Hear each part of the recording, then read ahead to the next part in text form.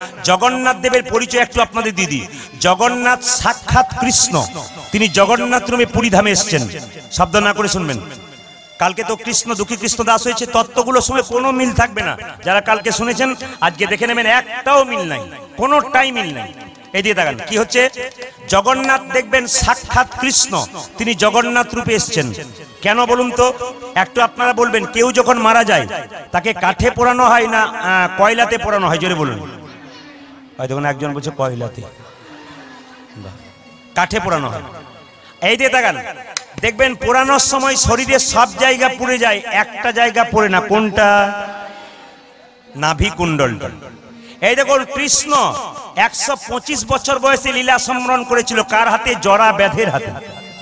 এই জরা ব্যাধটা কে? মা রামচন্দ্র ত্রেতা যুগে বালিকে অন্যায় ভাবে হত্যা করলো। বালিপুত্র অঙ্গদ বলল, আমার বাবা তোমাকে যেমন সাহায্য করেছিল আমি তেমনি করব, তবে 14 বছর পর তুমি যখন বনবাস থেকে ফিরে আসবে তখন তুমি আমি যা চাইবো তুমি দেবে তো? সঙ্গে সঙ্গে ভগবান রাম বলল, তুই আমার রাজত্ব চাইবি, আমার লোভ নাই, আমি তোকে তাই দিয়ে দেবো। 14 বছর পর বনবাস থেকে ফিরে এলো, রামচন্দ্রকে সবাই সবকিছু পেল। একজন চিৎকার করে বলল, বালিপুত্র অঙ্গদ এবার আমায় দাও। কি চাস তুই? রাজত্ব না, তবে কি? পিতৃ হত্যার প্রতিশোধ। লক্ষণ দৌড়ে গিয়ে হাতটা চেপে ধরল, চুপ কর, তোর সাহস কম নয়, তুই কাকে কি বলছিস, তোর জ্ঞান নেই। সঙ্গে সঙ্গে বলে উঠলো, রামচন্দ্র বলল, ঠিকই চেয়েছি, আমি কথা দিয়েছিলাম তুই যা চাইবি তাই, তবে হ্যাঁ আগামী দাপর আমি কৃষ্ণ হব, তুই হবি জরাবেদ, তোর হাতে আমি প্রাণ দিয়ে দেবো। আচ্ছা, কৃষ্ণ যখন দেহত্যাগ করেছিল 125 বছর বয়সে, তাকে এই কাঠে পোড়ানো হয় না, চন্দন কাঠে পোড়ানো হয়। তার দেহের সব জায়গায় পুড়ে গিয়েছিল, নাভিকুণ্ডলটা পড়ে নাই। সেখানকার পণ্ডিতরা কি করেছিল লক্ষ্য করুন, সেই কৃষ্ণের ছাইটা, নাভিকুণ্ডলটা একটা সোনার কলসিতে ভরে গঙ্গা জল দিয়ে তুলসী পত্র দিয়ে ওই দ্বারকার সমুদ্রে ভাসিয়ে দিয়েছিল। ভাসতে ভাসতে পুরীর সমুদ্রে এসে আটকালো। পুরীর পান্ডাদেরকে ভগবান স্বপ্ন দিলেন, আমার এই ব্রহ্মবস্তু ওই যে কলসির ভেতরে ভরা আছে নাভিকুণ্ডল ব্রহ্মবস্তু, দারু ব্রহ্মের মধ্যে প্রতিষ্ঠা করো। জগন্নাথের কোন কাঠ দিয়ে তৈরি হয় বাবা? শরীরটা জোরে বলুন। নিম কাঠ দিয়ে, ওর মধ্যে প্রবেশ করাও। তো লক্ষ্য করবেন জগন্নাথ দেবের দারু ব্রহ্মের মধ্যে কিন্তু ওই ব্রহ্মবস্তুটা দেওয়া হয়েছিল। দেখবেন 12 বছর পর পর কিন্তু ওই চেঞ্জ হয়, পরিবর্তন হয়। কি পরিবর্তন হয়? দেহ পরিবর্তন হয়, কলেবর পরিবর্তন হয় জগন্নাথের। আর দেখবেন যে পরিবর্তন করে 2 মাস পরে মরে যায়। আশ্চর্যের ব্যাপার এটাই। জগন্নাথ দেবের কলেবর এক কলেবর থেকে অন্য কলেবরে যখন ব্রহ্মবস্তুটা নিয়ে যায়, ও কিন্তু 3 মাস কি 2 মাস বাঁচে, আর বাঁচে না। জানে আমি বাঁচবো না, তবু কিন্তু করতে, ওদের নিয়ম আছে কিন্তু। আচ্ছা বাবা, জগন্নাথের চোখ গোল না পটল চেরা? জোরে বলবেন। সবার দেখা আছে তাহলে। আচ্ছা জগন্নাথে, আসতে ধীরে, শব্দ নয়, জগন্নাথের চোখটা গোল হলো কেন মা? জগন্নাথের বিচার সমান, ভিখারি গেলেও যা আর ধনী গেলেও তা, সবাইকে সমান। বৈষ্ণব গেলেও যা, ব্রাহ্মণ গেলেও তা, যার কিছু নাই সে গেলেও যা, যার অনেক আছে সে গেলেও তা। এই জন্য জগন্নাথের চোখটা গোল হলো। কৃষ্ণের চোখটা পটল চেরা কেন? বিচার এদিক ওদিক হতে পারে, কিন্তু জগন্নাথের বিচার কিন্তু আলাদা হয় না, সমান হয়। আচ্ছা কিছু মনে করবেন না, ভগবান ভক্তের অহংকার সহ্য করতে পারেন। আপনারা সবাই মন দিয়ে শুনবেন। যে কোনো সমাজ সেবামূলক কাজ করুন, যে কোনো ভালো কাজ করুন, অহংকার কিন্তু পতনের মূল। একবারে পাক্কা জেনে নিন। আপনি কিসের অহংকার করছেন? আপনি কি জন্ম পেয়েছেন? যুক্তি দিয়ে উত্তর দেবেন। আপনি কি জন্ম পেয়েছেন? আপনি পান নাই, আপনাকে একজন জন্ম দিয়েছে, আপনার মা। আপনি কি জন্ম পেয়েছেন? তা জন্ম পাওয়ার পর আপনার নামটা কি আপনি নিজে রেখেছেন? জোরে বলবেন হ্যাঁ না না। আপনি নিজে রাখেননি, নামটা রেখেছে অন্যজন। আচ্ছা আপনি কি পড়াশোনা করতে পেরেছেন? না, আপনাকে একজন পড়িয়েছে তবে আপনি পড়তে পেরেছেন। আচ্ছা আপনি কি চাকরি পেয়েছেন?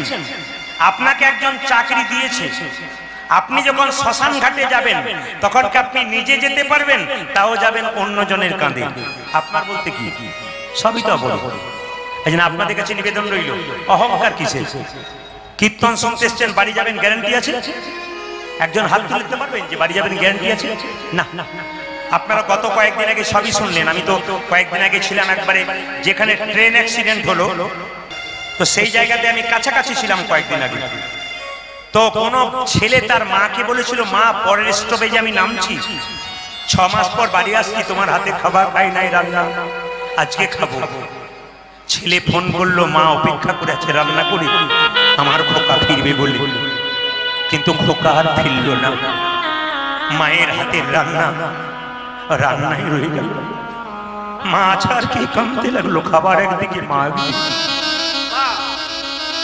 কোন স্বামী তার স্ত্রীর কাছে 6 মাস পর ফিরে আসছে, বাইরে চাকরি করতো, আমি আজকে যাচ্ছি গো, তোমাদের সঙ্গে দেখা হবে।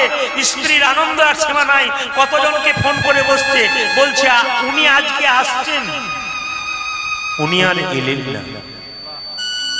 বাড়িতে যে ছবি হয়ে রয়ে গেলেন, আর এলেন না। কতজন বাইরে যাচ্ছিল চাকরির জন্য, কাজের জন্য, মাকে কথা দিয়েছিল, বাবাকে কথা দিয়েছিল, কাজে চললাম, ফিরে এসে একটা বাড়ি করব তোমাদের জন্য, আর বাড়ি করা হলো। কত সেকেন্ডের মধ্যে? মাত্র 23 সেকেন্ডের মধ্যে নিতাই গৌর হরি বল হল। ওই জন্য যতজন কীর্তন শুনতে এসছেন তাদের কাছে নিবেদন রইল, বাবা টিকিট যে কার কখন কাটা থাকবে বলা মুশকিল। যারা আমাদের গ্রাম বাংলাতে নাটক যাত্রা দেখেছেন, অভিনয় যারা করে এত সুন্দর করে যেন স্বামী স্ত্রী, কিন্তু অভিনয় শেষ হয়ে গেলে রং মুছে নিজের নিজের বাড়ি চলে যায়। আমরা সংসারের মঞ্চে শুধু অভিনয় করতে এসেছি, বাবা মা কাকা কাকি ছেলে মেয়ে সব। যেদিন আমাদের অভিনয় শেষ হয়ে যাবে, ও রং মুছে আমরা নিজের নিজের জায়গায় চলে যাব। শুধু দিন কয়েকের আমাদের পরিচয়, কেউ কারো নয়। আপনাদের কাছে নিবেদন রইল, রাত্রিবেলায় বাড়ি যাবেন গ্যারান্টি নাই। রাত্রিবেলায় শোবেন, সকালবেলায় চোখ খুলবেন, তবে আপনার সকাল হবে। চোখ যদি না খোলেন আপনার জীবনে পরকাল হয়ে যাবে। ট্রেন আসবার সময় সিগন্যাল দেয়, আমরা জানি ট্রেন আসে, কিন্তু মৃত্যু আসবার সময় কোনো সিগন্যাল দেয় না।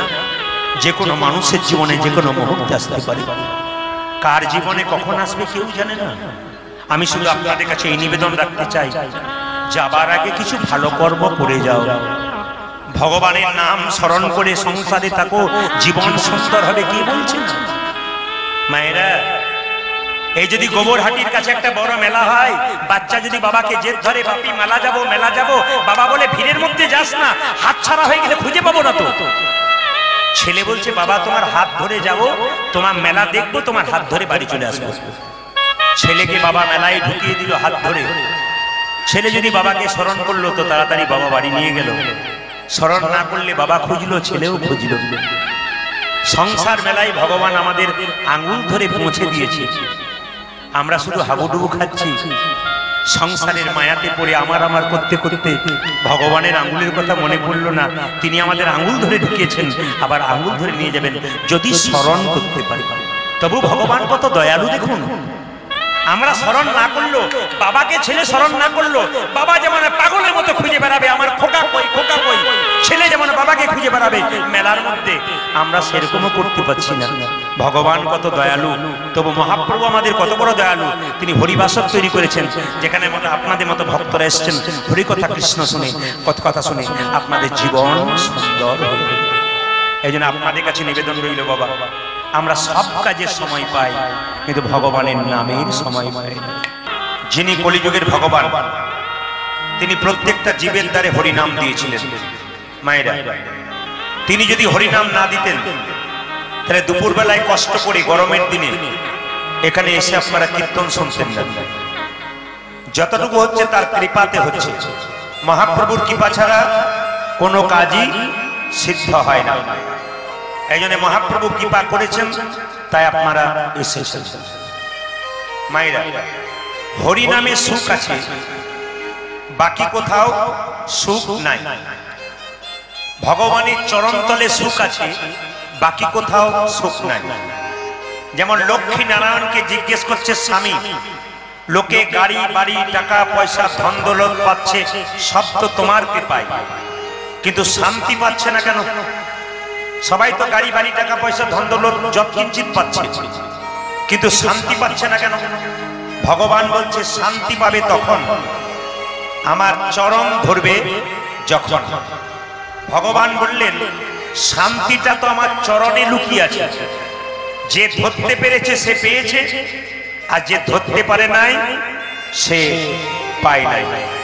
এই জন্যে ভগবানের নাম আপনারা শুনবেন কেন? প্রথমে জানতে হবে আপনারা ভগবানের নাম শুনবেন কেন। একটা বাচ্চা জন্ম নেবার পর কি খাবে এ কথা কি আপনারা ভেবেছেন? এতজন মা বাচ্চা জন্ম দিয়েছেন, কেউ ভেবেছেন যে বাচ্চা জন্ম নিয়ে হরলিক্স, ল্যাকটোজেন, ন্যাস্ট্রোজেন খাবে? না, আমরা ভাবি নাই, কিন্তু একজন ভেবেছেন, তিনি ভগবান। মায়ের স্তনদুগ্ধে এমন মধুভাণ্ড দিয়েছে যা পৃথিবীর কোথাও নাই। মায়ের দুধটা খুব গরম নয় যাতে বাচ্চা জিভ পুড়ে যাবে, তিনি ব্যবস্থা করেছেন। মায়ের দুধটা খুব ঠান্ডা নয় যাতে বাচ্চা সর্দি লেগে যাবে, তিনি ব্যবস্থা করেছেন। মায়ের দুধটা খুব টক নয় যাতে বাচ্চার অম্ল হয়ে যাবে, তিনি ব্যবস্থা করেছেন। মায়ের দুধটা খুব মিষ্টি নয় যাতে বাচ্চা সুগার হতে পারে, তিনি ব্যবস্থা করেছেন। নদীর মধ্যে দিলেন জল, গাছের মধ্যে দিলেন ফল। তিনি আমাদের জন্য এত কিছু দিলেন, আমরা তার জন্য কি করলাম? খুব মাথায় রাখতে হবে। কারো যদি শরীর খারাপ হয়, হসপিটালে ভর্তি হয়, একটা অক্সিজেন সিলিন্ডারের কত দাম?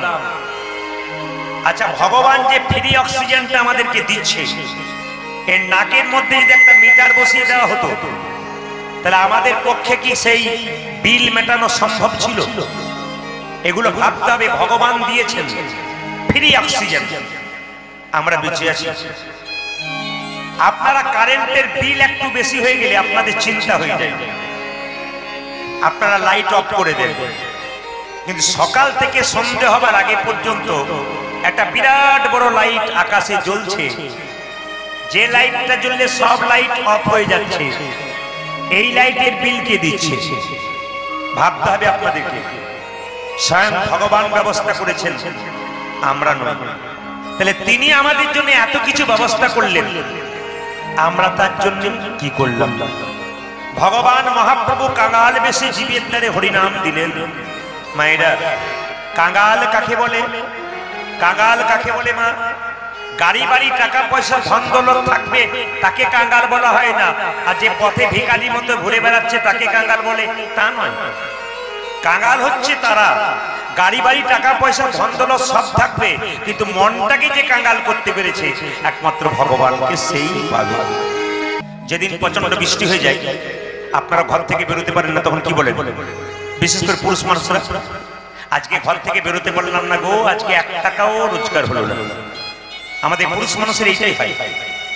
সেই দিনটাকে আপনারা দুর্দিন ভাবেন, কিন্তু তত্ত্ব বলছে ওই দিন দুর্দিন নয়।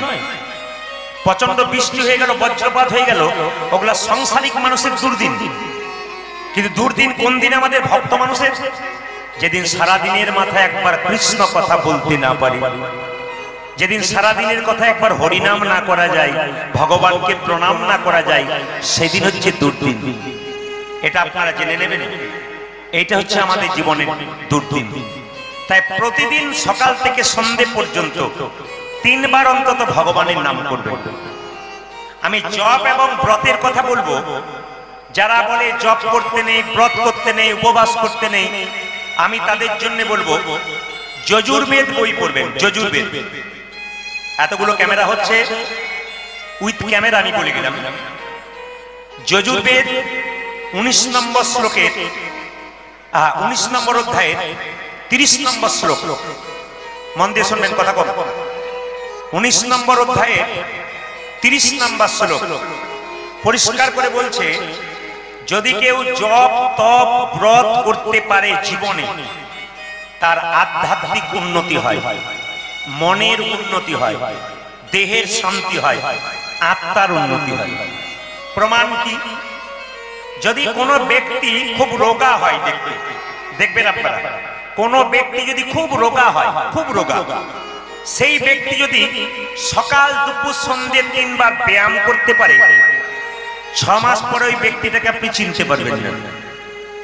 দেখবেন ও পরিবর্তন হয়ে গেছে, সুন্দর স্বাস্থ্য হয়ে গেছে, দেখতে সুন্দর হয়ে গেছে। কিংবা যে খুব মোটা ছিল, সে যদি 6 মাস ব্যায়াম করতে পারে সকাল দুপুর সন্ধ্যে, ও দেখবেন সুন্দর হয়ে যায়। যেমন ব্যায়াম করলে, নিয়মিত ব্যায়াম করলে শরীর সুন্দর হয়, সুস্থ হয়। যদি কোনো ব্যক্তি বা ভক্তিমতী মা সকাল দুপুর সন্ধ্যে 3 বার ভগবানের জপ তপ নাম কীর্তন করতে পারেন, তাহলে অবশ্যই অবশ্যই আপনার মনের উন্নতি হবে, আধ্যাত্মিক চিন্তা বাড়বে, আপনার জীবনে উন্নতি হবে, জীবন সুন্দর হবে। কিছু না করলে আপনি কিছু পাবেন না, কিছু আপনাকে করতে হবে, তবে আপনি পাবেন। আপনারা যারা মনে করেন অনেকে যে উপবাস করলে শরীর অসুস্থ হয়ে যায়, তাদের জন্য যজুর্বেদ পরিষ্কার করে বলেছে যে উপবাস যদি কেউ করতে পারে তার লাভ আছে। শরীরের অর্গানগুলো সুন্দর হয়, শরীরের যে আমাদের কলকবজাগুলো প্রত্যেকদিন কাজ করছে, মাঝে মাঝে রেস্টের দরকার আছে। শুধু যজুর্বেদ বলেছে তা নয়, যদি আপনারা দেখেন বিজ্ঞানের দিকে, চিকিৎসা বিজ্ঞান, তো চিকিৎসা বিজ্ঞানও কিন্তু একই মত পোষণ করেছেন। কি বলেছেন? যদি কেউ উপবাস করতে পারে, যেমন একটা কারখানাতে মেশিন প্রত্যেক দিন চলছে, 7 দিন পর পর একবার মেশিনকে রেস্ট দেওয়া হয়, ছুটি দেওয়া হয়, ঠিক সেরকম যদি আমাদের সপ্তাহে একদিন করে কেউ রেস্ট রাখতে পারে, একবারে জীবন সুন্দর হবে, শরীরে রোগ ব্যাধি কম হবে। কে বলেছে? চিকিৎসা বিজ্ঞান। তবু তো আমাদের একাদশী, অমাবস্যা, পূর্ণিমা এগুলো তো 15 দিন পর হয়। যদি আপনারা করতে পারেন আপনাদের জীবন সুন্দর হবে, চিকিৎসা বিজ্ঞান পর্যন্ত স্বীকার করেছে। এমনি এমনি মানব জন্ম হয় নাই, 84 লক্ষ জনি ভ্রমণ করে মানব জন্মে পেলাম গো। এমন সাধের মানব জন্মে পেলাম গো। আজকে আমি জানি প্রচন্ড বৃষ্টি হচ্ছে চারিদিকে, অনেক ভক্ত আসবো বললেও আসতে পারছে না, তবু ভক্তের ভিড় বাড়ছে। আপনারা যারা দাঁড়িয়ে আছেন তাদের কাছে নিবেদন রাখবো, সাইড দিয়ে চলে আসুন, পেছনে প্রচুর জায়গা আছে। যারা দূর দূরান্ত থেকে কীর্তন শুনতে এসছেন কষ্ট করে দাঁড়িয়ে লাভ নেই, সাইড দিয়ে আসুন, পেছনে দেখুন কমিটির ভাইরা প্রচুর ব্যবস্থা করেছেন, আপনারা পেছনে বসুন। হরে কৃষ্ণ। মন দিয়ে শুনবেন। যেমন তেমন জন্ম নয়, 84 লক্ষ জনি ভ্রমণ করে এই মানব জন্ম। অন্যদিকে তাকাবেন না, গুনে নেবেন শুধু। 20 লক্ষ বার গাছ গাছেরা রূপী জন্মে নিলাম, অনেক রকমের গাছ হতে হতে যেদিন তুলসী বৃক্ষ রূপে জন্মে নিলাম, তুলসী বৃক্ষ রূপে জন্ম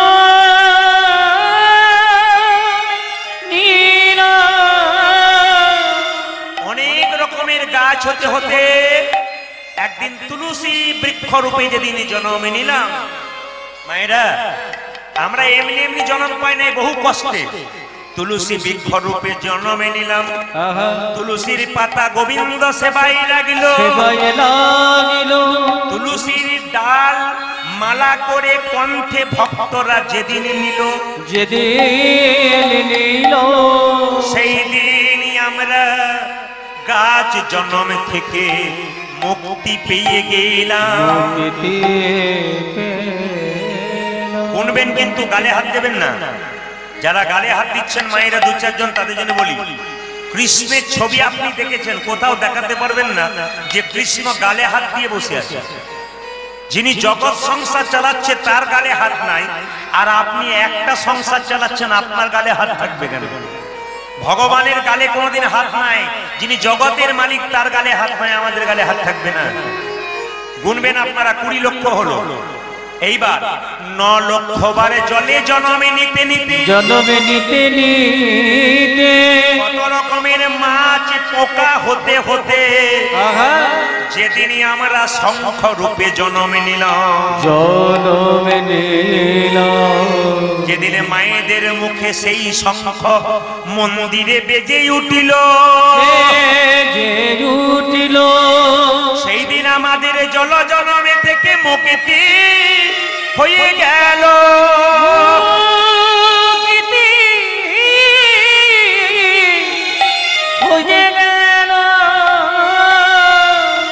কীর্তন খুব ঠান্ডা মানুষের কথা। কীর্তন যারা শোনেন খুব ঠান্ডা মেজাজের মানুষ হয়। অর্কেস্ট্রা যারা শোনে তারা চঞ্চল হয়, একবার শোনে উঠে বসে। কিন্তু কীর্তন হচ্ছে শান্ত মানুষের, ভক্তদের জন্য। ভক্ত সবসময় শান্ত হয়। এই মাথাটাকে তৈরি করে আসে যে আমরা কীর্তন শুনবো, কিছু নিয়ে যাব। আপনি আসলে কীর্তন শুনবেন, আপনাকে হিসাব রাখতে হবে, আমি যে পরপর কীর্তন শুনবো, আমি কার কাছে কি পেলাম। মেলা দেখতে গিয়ে যদি মেলাতে কিছু না পেলাম, তাহলে মেলা দেখা বেকার হলো। তাহলে হিসাব করতে হবে আমরা কার কাছে কি পেলাম। সবার কাছে নতুন নতুন জিনিস পাবেন, শুনবেন মন দিয়ে। সবাই লক্ষ্য করুন, 9 লক্ষ বার জলে জন্ম নিলাম, যেদিনে শঙ্খ রূপে জন্ম নিলাম। কত হলো মায়েরা? 20 আর 9 কত? 41। না না, আমার অঙ্ক জানা নাই, আপনাদের কাছে জানতে চাইলাম। 20 আর 9 কত? 29। দেখ ভাগ্যিস আপনারা এসেছিলেন, নাহলে আমার ভুল হয়ে যেত। শুনে নিন, 29 হলো। আচ্ছা, 11 লক্ষ বার কৃমি কীটি রূপে জন্ম নিলাম। কত রকমের পোকা হতে হতে যেদিন ভ্রমরে কুলে জন্ম নিলাম। ভ্রমরে কুলে জন্ম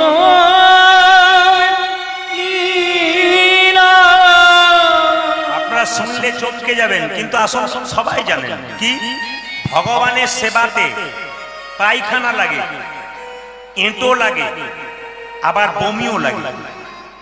যারা জ্ঞানী তারা বুঝতে পেরে গেছেন ভগবানের সেবাতে এঁটো কি লাগে মায়েরা?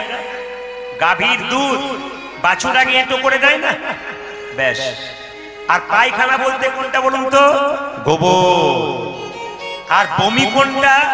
হ্যাঁ, মধু। তাহলে বলছে যেদিনে ভ্রমরে কুলে জন্ম নিলাম, ফুলে ফুলে মধু সংগ্রহ করে যেদিন আমি আমার মধু গোবিন্দ সেবাই লাগিল। মধু গোবিন্দ সেবাই লাগিল। সেই দিন আমার ভ্রমরে জন্মে থেকে, পোকা জন্মে থেকে মুক্তি হয়ে গেল। গুনবেন, 20 আর 9 29 হয়েছিল, আর 11 যোগ হলো কত হলো? 40। 30 লক্ষ বার গাছ গাছ, 30 লক্ষ বার আমরা পশু কুলে জন্ম নিলাম। কত রকমের পশু পাখি হতে হতে যেদিনে গাভী কুলে জন্ম নিলাম। যেদিনে গাভী কুলে জন্ম যেদিনে গাভীর দুগ্ধ থেকে মাখন তৈরি হলো, সেই গাভীর দুগ্ধ গোবিন্দ সেবাই লাগলো। মায়েরা, গাভীর চামড়া দিয়ে শ্রীখোল তৈরি হলো, সেই দিন আমরা পশু জন্ম থেকে মুক্তি পেয়ে গেলাম। কত হলো? কত হলো? কত হলো? 40 আর 30 কত হয়? 70। 10 লক্ষ বার পক্ষী কুলে জন্ম নিলাম, পাখি। 10 লক্ষ বার পাখি কুলে জন্ম নিলাম। কত রকমের পাখি হতে হতে যেদিন ময়ূরী কুলে জন্ম নিলাম। যেদিন যাবে ময়ূরী কুলে জন্ম, যেদিন ময়ূরের পালক গোবিন্দ মাথায় নিল, মাথায় নিল। যেদিন ময়ূর পুচ্ছ গোবিন্দ মাথায় নিল, সেদিনে পাখি জন্মে থেকে আমাদের মুক্তি হয়ে গেল।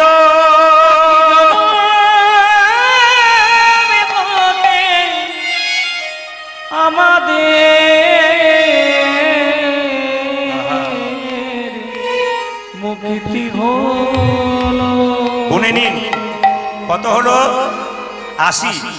4 লক্ষ বার বানর, 4 লক্ষ বার বানরা বানর কুলে জন্মে নিতে নিতে যেদিন আমি রাম ভক্ত হনুমান হয়ে গেলাম। যেদিন রাম ছাড়াই আমরা কিছুই জানি না, আমি না।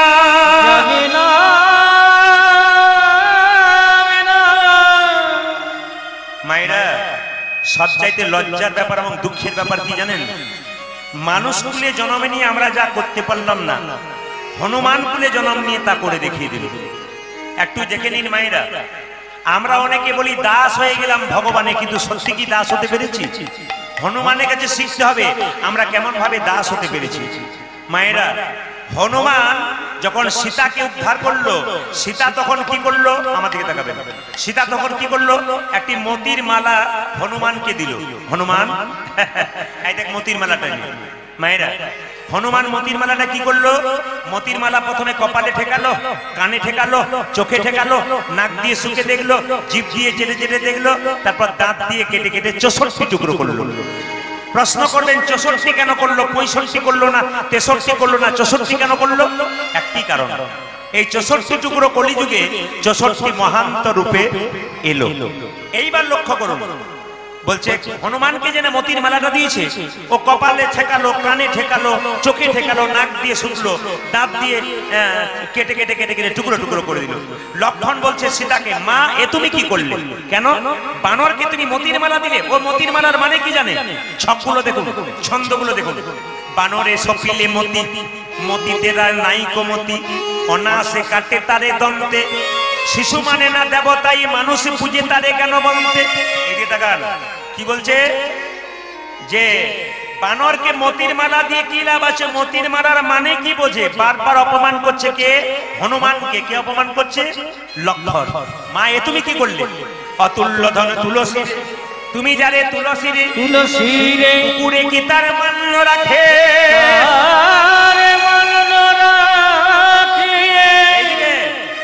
তুলসীর মালা আমরা যত্ন করি পড়ি, তুলসীর পাতা গোবিন্দ সেবায় লাগে। লক্ষণ বলছে সীতামাকে, মা তুলসীর গাছের উপরে কুকুর প্রস্রাব করে দেয়, ও কি তুলসী গাছের মানে জানে? ও তো মানে জানে না। যদি জানতো তাহলে এসব করতো? একটা বাচ্চা ছেলেকে মন্দিরে শুইয়ে দিন, ও পায়খানা প্রস্রাব করে দেবে কেন? বাচ্চা তো জানে না মন্দিরের মানেটা কি, ওর তো সে জ্ঞান হয় না। এ তো সেই রকম।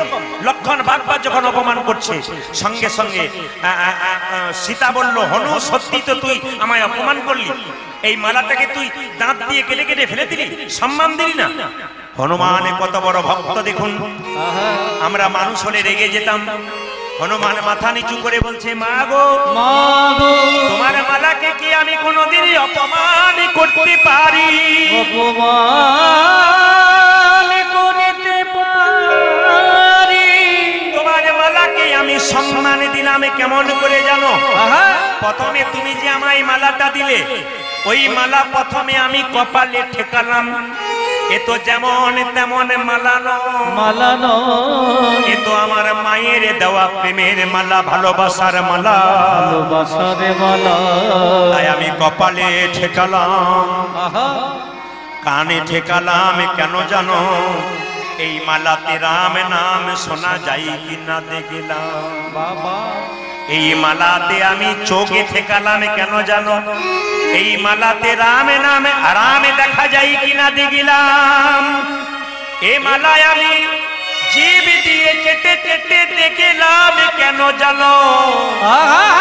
এই মালাতে রাম চরণের স্বাদ পাওয়া যায় কিনা? পাওয়া যায় কিনা? যে মালাতে রাম নাম শোনা যায় না, রাম দেখা যায় না, দেখা যায় না, সে তো অলংকার নয় কলঙ্কের হার। তাই আমি দাঁত দিয়ে কেটে কেটে ফেলে দিলাম। লক্ষণ লজ্জিত হয়ে হনুমানের হাত দুটো ধরে বলল, হনুমান বাহ, তুই তো দারুণ দেখালি। তোর কাছে আমার শিক্ষার আছে, আমার অহংকার ছিল। রাম আমার দাদা, আমি তার ভাই, আমার একটা অহংকার ছিল, কিন্তু তুই তো আমার সব অহংকার ভেঙে দিলি।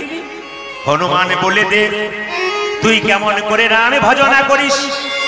তুই কি হৃদয় মাঝে রামে দেখাতে পারবি? দেখাতে পারবি?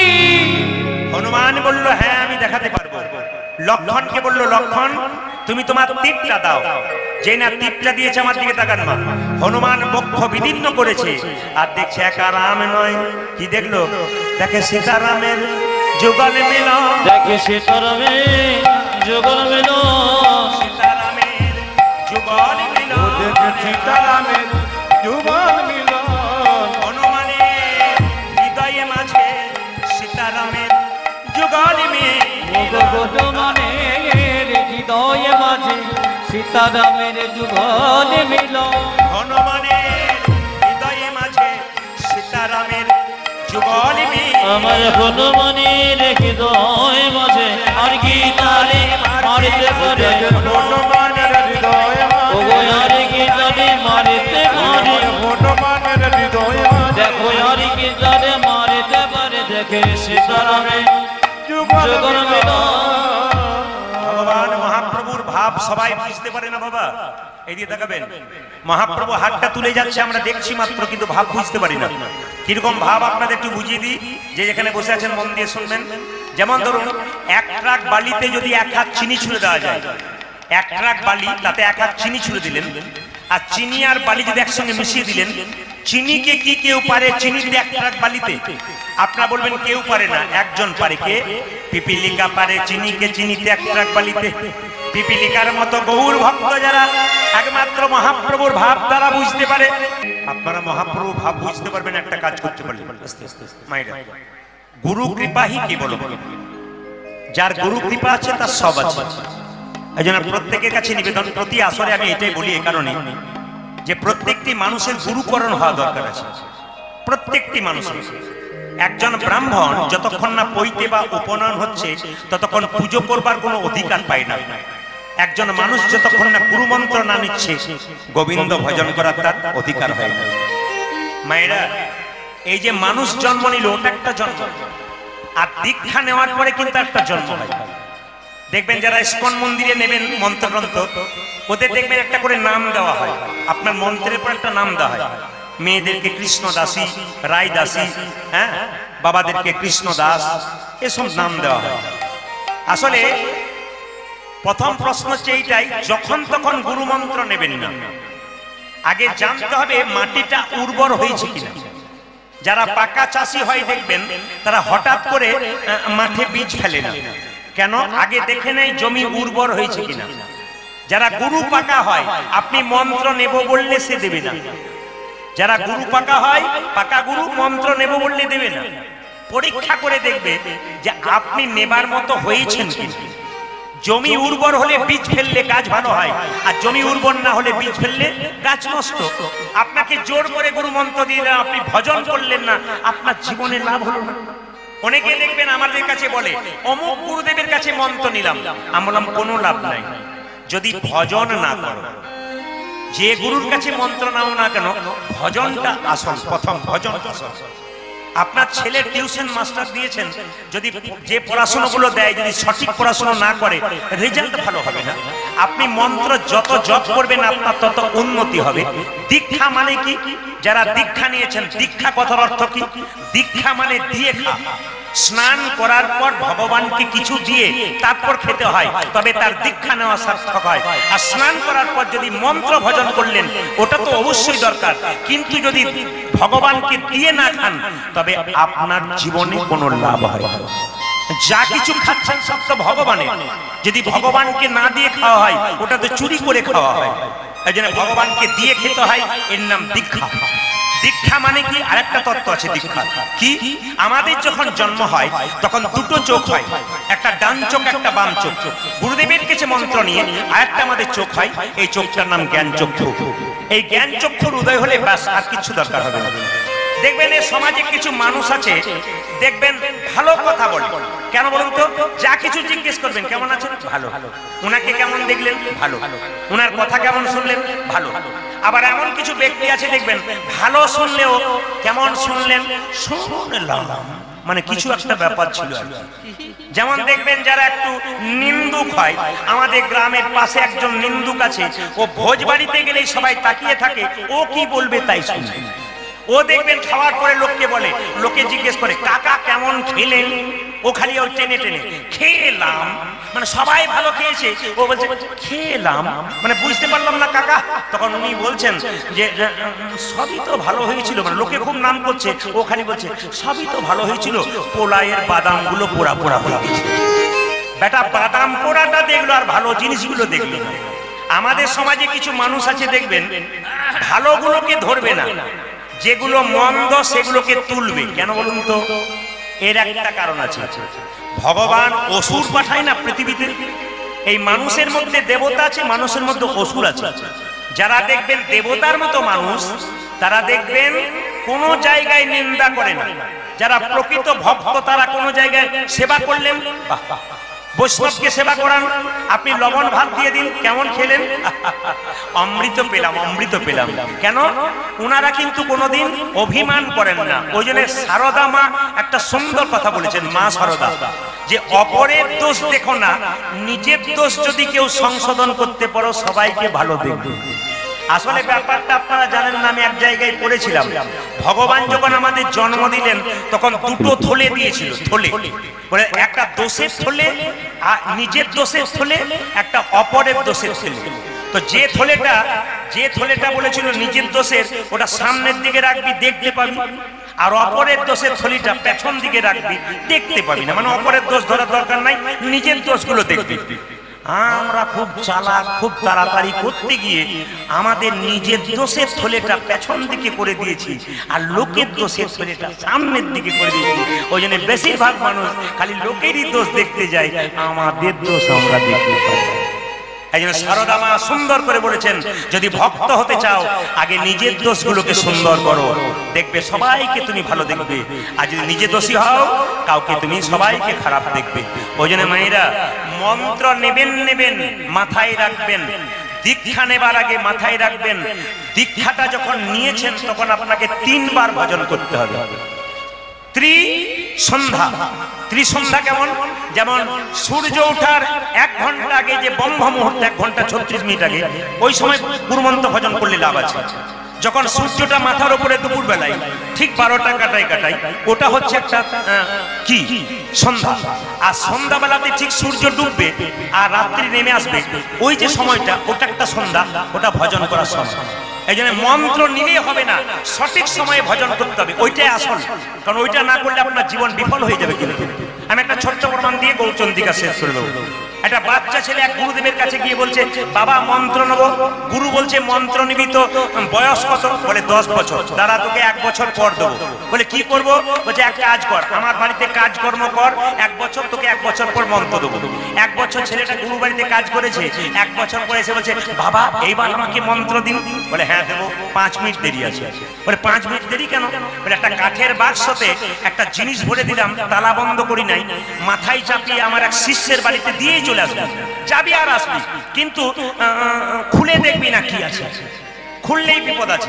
ছেলে বললো ঠিক আছে, যাবো আর আসবো, মন্ত্র দিয়ে দিবি। হ্যাঁ 5 মিনিট, যাবি আর আসবি, ওই বাক্সটা দিয়ে চলে আসবি, ব্যাস আমি তোকে মন্ত্র দিয়ে দেবো। ও 10 বছরের ছেলে রাস্তায় যেতে যেতে মনে মনে ভাবছে, একবার খুলে দেখলে হয় না ভেতরে কি আছে। ও মনে মনে ভাবছে, আমাকে তো গুরুদেব বলেছে দেখতে, নিতে বারণ করেছে, দেখতে তো বারণ করে নাই, দরকার নাই, এক কাজ করে খুলে দেখি। যেই না খুলে দেখতে গেছে, অমনি যা ছিল তা হুশ করে বেরিয়ে গেছে। কি ছিল বলুন তো? একটি ল্যাংটি ইঁদুরের বাচ্চা। গুরুদেব বাক্সের ভেতরে একটা ল্যাংটি ইঁদুরের বাচ্চা ভরে দিয়েছিল। এসে বলছে, বাবা হলো না। বলে কেন? মাঝ রাস্তা থেকে ঘুরে এলাম, যেতে পারলি না। বলে কি করে যাব? মাঝপথে মনে মনে ভাবলাম আমাকে খুলে দেখলে হয় না, যেই নে দেখতে গেলাম ইঁদুরের বাচ্চাটা বেরিয়ে চলে গেল। গুরুদেব বলছে, এই জীবনে তোরা গুরুমন্ত্র ভজন হলো না। বলে কেন? একটা কাঠের বাক্সতে 5 মিনিট ইঁদুরের বাচ্চা ধরে রাখতে পারলি না, দেহ বাক্সে গুরুমন্ত্র তুই জীবনেও ধরে রাখতে পারবি। এই জন্য বাবা, ধৈর্য যার আছে ভগবান তার আছে, ধৈর্য যার নাই ভগবান তার নাই। যারা অন্যায় করছে, লোক ঠকাচ্ছে, বুক ফুলিয়ে ঘুরে বেড়াচ্ছে, দালানের পর দালান করছে, তাদের অভাব নাই, তাদের পাপ নাই, কিছু নাই, তারা দিব্যি ঘুরে বেড়াচ্ছে। আমরা কৃষ্ণ ভক্ত, এত কষ্ট কেন হয়? তখন কৃষ্ণমন্ডল একটা দামি কথা বললেন, মাথায় রাখবেন মায়েরা। বলছে, প্রত্যেকটা মানুষের কাছে 2টো করে কলসি আছে, একটা পাপের কলসি, একটা পুণ্যের কলসি। যে অন্যায় করছে, লোক ঠকাচ্ছে, দালানের পর দালান করছে, আপনি ভাবছেন বুক ফুলিয়ে ঘুরে বেড়াচ্ছে, সুখে আছে, তা নয়। কেন? যখন ওর পাপের কলসিটা পূর্ণ হয়ে যাবে, তখন ঘর বাড়ি ত্যাগ করে রাস্তার ভিখারি হয়ে যেতে হবে। শত ভাইয়ের দাদা দুর্যোধন, দুঃশাসন এত পাপ করেছিল, তারা কি রাজত্ব পেয়েছিল? জোরে বলুন। যুধিষ্ঠির মহারাজ, তিনি ধর্মকে ত্যাগ করেছিলেন, এত কষ্ট হয়েছিল, কৌরবরা এত কষ্ট দিয়েছিল, যুধিষ্ঠির ধর্ম ত্যাগ করেছিল। এতক্ষণ দ্রৌপদীর বস্ত্রহরণের সময় ভীম গদাটা তুলে বলেছিল, একা 100 জনকে ফাটিয়ে দেবো। যুধিষ্ঠির মহারাজ বলেছিল, স্থির হ, ধৈর্য ধর, সময় হলে ফল ফলবে। মায়েরা, যারা কৃষ্ণ ভক্ত, দুরিকা দেবীকে বলল, ওগো শোনো, তোমার কোনো পুণ্যের কলসিটা পূর্ণ হয় নাই, যেদিন পূর্ণ হবে সেদিন তুমি দেখবে গোবিন্দের কৃপা পেয়ে যাবে। দুরিকা বলল, স্বামী তাহলে একটা কাজ করো, আমার কথা রাখো, তুমি জগন্নাথ মন্দিরে একবার যাও, আমাদের অভাবের কথা তুমি জগন্নাথকে বলে এসো। লক্ষ্য করুন, আমাদের অভাবের কথা জগন্নাথকে বলে এসো। তো মায়েরা লক্ষ্য করুন, যখনই বলেছে জগন্নাথকে বলো, তখন দুরিকা দেবীকে কৃষ্ণমন্ডল বলেছে, আজকে বললে ভালো, বললে আর কোনোদিন বলবে না। কেন? ভগবানের কাছে চাইতে নেই গো, যে চাই সে অল্প পায়, আর যে চায় না এত পায় ভাবতে পারে না। মায়েরা, যে চায় সে কিছু পায় না, আর যে চায় না এত পায় ভাবতে পারে না। কৃষ্ণের বন্ধু সুদামা কৃষ্ণের কাছে কিছু চেয়েছিল? জোরে বলুন। কিছুই চাই নাই, কিন্তু কৃষ্ণ সুদামাকে এমন রাজত্ব দিয়েছিল, এত সুন্দর রাজবাড়ি করে দিয়েছিল, সে ভাবতেই পারে না। আপনারা মন্দিরে গিয়ে বলেন ছেলের চাকরি হোক, মেয়ের বিয়ে হোক, আপনারা সবাই বলেন, কিন্তু মাথা রাখবেন মায়েরা, ছেলের চাকরি হোক, মেয়ের বিয়ে হোক, আপনি বলবেন কেন? তিনি তো অন্তর্যামী, তিনি তো জানেন আপনার কি আছে না আছে। আপনি শুধু ভক্তি সম্পদ জমা দিন, উনি আপনাকে কৃপা সম্পদ দান করে দেবেন। কারা কারা বৃন্দাবনে গেছেন হাত তুলুন তো। যারা যান নাই তারা তুললেন। তাহলে এই জায়গাটা কি? আপনারা যারা তুলতে পারলেন না, এই জায়গাটা কি? তবে তাহলে কারা কারা বৃন্দাবনে এসেছেন হাত তুলুন। হ্যাঁ, এবার বোঝা গেছে। ঠিক ঠিক ঠিক। যেখানে যেখানে হয় হরির নাম সংকীর্তন, সেটাই নিত্য নবদ্বীপ, নিত্য বৃন্দাবন। তবে এবার বলে দিই, আপনাদের ইউটিউবে শুনেছেন, নতুন করে বলে যাই, যারা যারা বৃন্দাবনে যাবেন তারা 3টে নিয়ম পালন করবেন। আস্তে আস্তে আগামীতে যেখানে ভগবান লীলা করেছেন বৃন্দাবন, ওখানে গেলে 3টে জিনিস আপনারা করবেন না। কি? বৃন্দাবনে গেলে আপনারা কেউ চটি জুতো পরে যাবেন না। বৃন্দাবনে যদি কেউ যান, বাসে যাবেন, ট্রেনে যাবেন, যেখানে বাসা নেবেন সেখানে চটি খুলবেন, কিন্তু চটি পরে বৃন্দাবনের পথে হাঁটবেন না। কেন? শাস্ত্র বলছে কৃষ্ণ বৃন্দাবনে 11 বছর 56 দিন ছিল। কৃষ্ণ বৃন্দাবনে কোনদিন চটি পরে নাই, চটি জুতো পরে নাই। তাহলে যে বৃন্দাবনের পথে কৃষ্ণ খালি পায়ে চলেছে, সেই বৃন্দাবনে যদি আমরা চটি জুতো পরে সেই পথ দিয়ে চলি, কৃষ্ণের চরণ ধুলাকে অপমান করা হবে।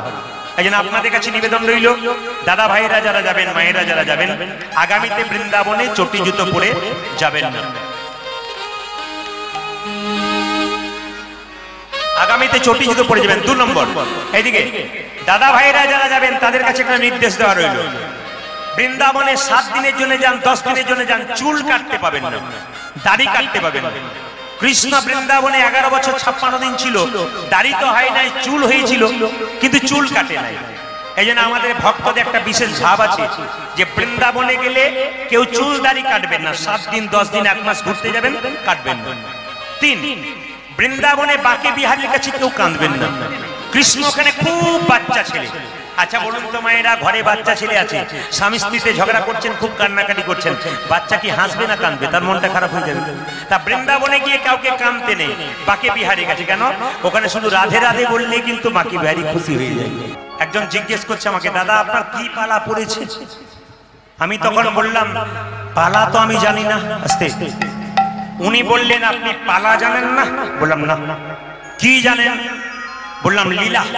আস্তে। কোন কীর্তনিয়াকে কারো জিজ্ঞাসা করা উচিত নেই যে কি পালা, জিজ্ঞেস করতে হবে কি লীলা, কি বিষয়। নাটকের পালা হয়, যাত্রার পালা হয়, মা কীর্তনের পালা হয় না। যারা জ্ঞানী ব্যক্তি কীর্তন শোনেন বহুদিন ধরে, আমার বাবারা আছেন, তারা কোনোদিন জিজ্ঞেস করে না আপনার কি পালা হবে। পালা নয়, লীলা। পালা তো আমাদের নাটকের হয়, যাত্রার হয়। আর একটা পালা আমাদের আছে, কি বলুন তো? আসার পালা আর একটি যাওয়ার পালা, সবাই জানে। আচ্ছা ঠান্ডা মাথায় উত্তর দিন তো, যারা কীর্তন শুনতে এসছেন তাদের কোন পালা শেষ হয়েছে? আসারটা না যাওয়ারটা? জোরে বলবেন। আসার। বাকি আছে কোনটা? অনেকে ভয়ে বলছে না, যাবে না বলে। জোরে বলুন, বাকি আছে কোনটা? যাওয়ারটা। আমি জোরে শুনতে চাই, জোরে বলবেন হিম্মত নিয়ে, যাওয়ারটা। জোরে বলুন, বাকি আছে কোনটা? এতই যদি বুঝছেন যাওয়ারটা বাকি আছে, তাহলে সাদা চুলে গোদরেজ নিচ্ছেন। আমরা সবই বুঝি, কিন্তু বুঝেও বুঝি। আবার দেখবেন মৃতদেহ যখন দরজা দিয়ে নিয়ে যায়, বড় হরি খুব তো আপনিও প্রণাম করেন, আমিও প্রণাম করি। আর কি ভাবি বলুন তো? ও বোধহয় গেল, আমি বোধহয় যাবো না।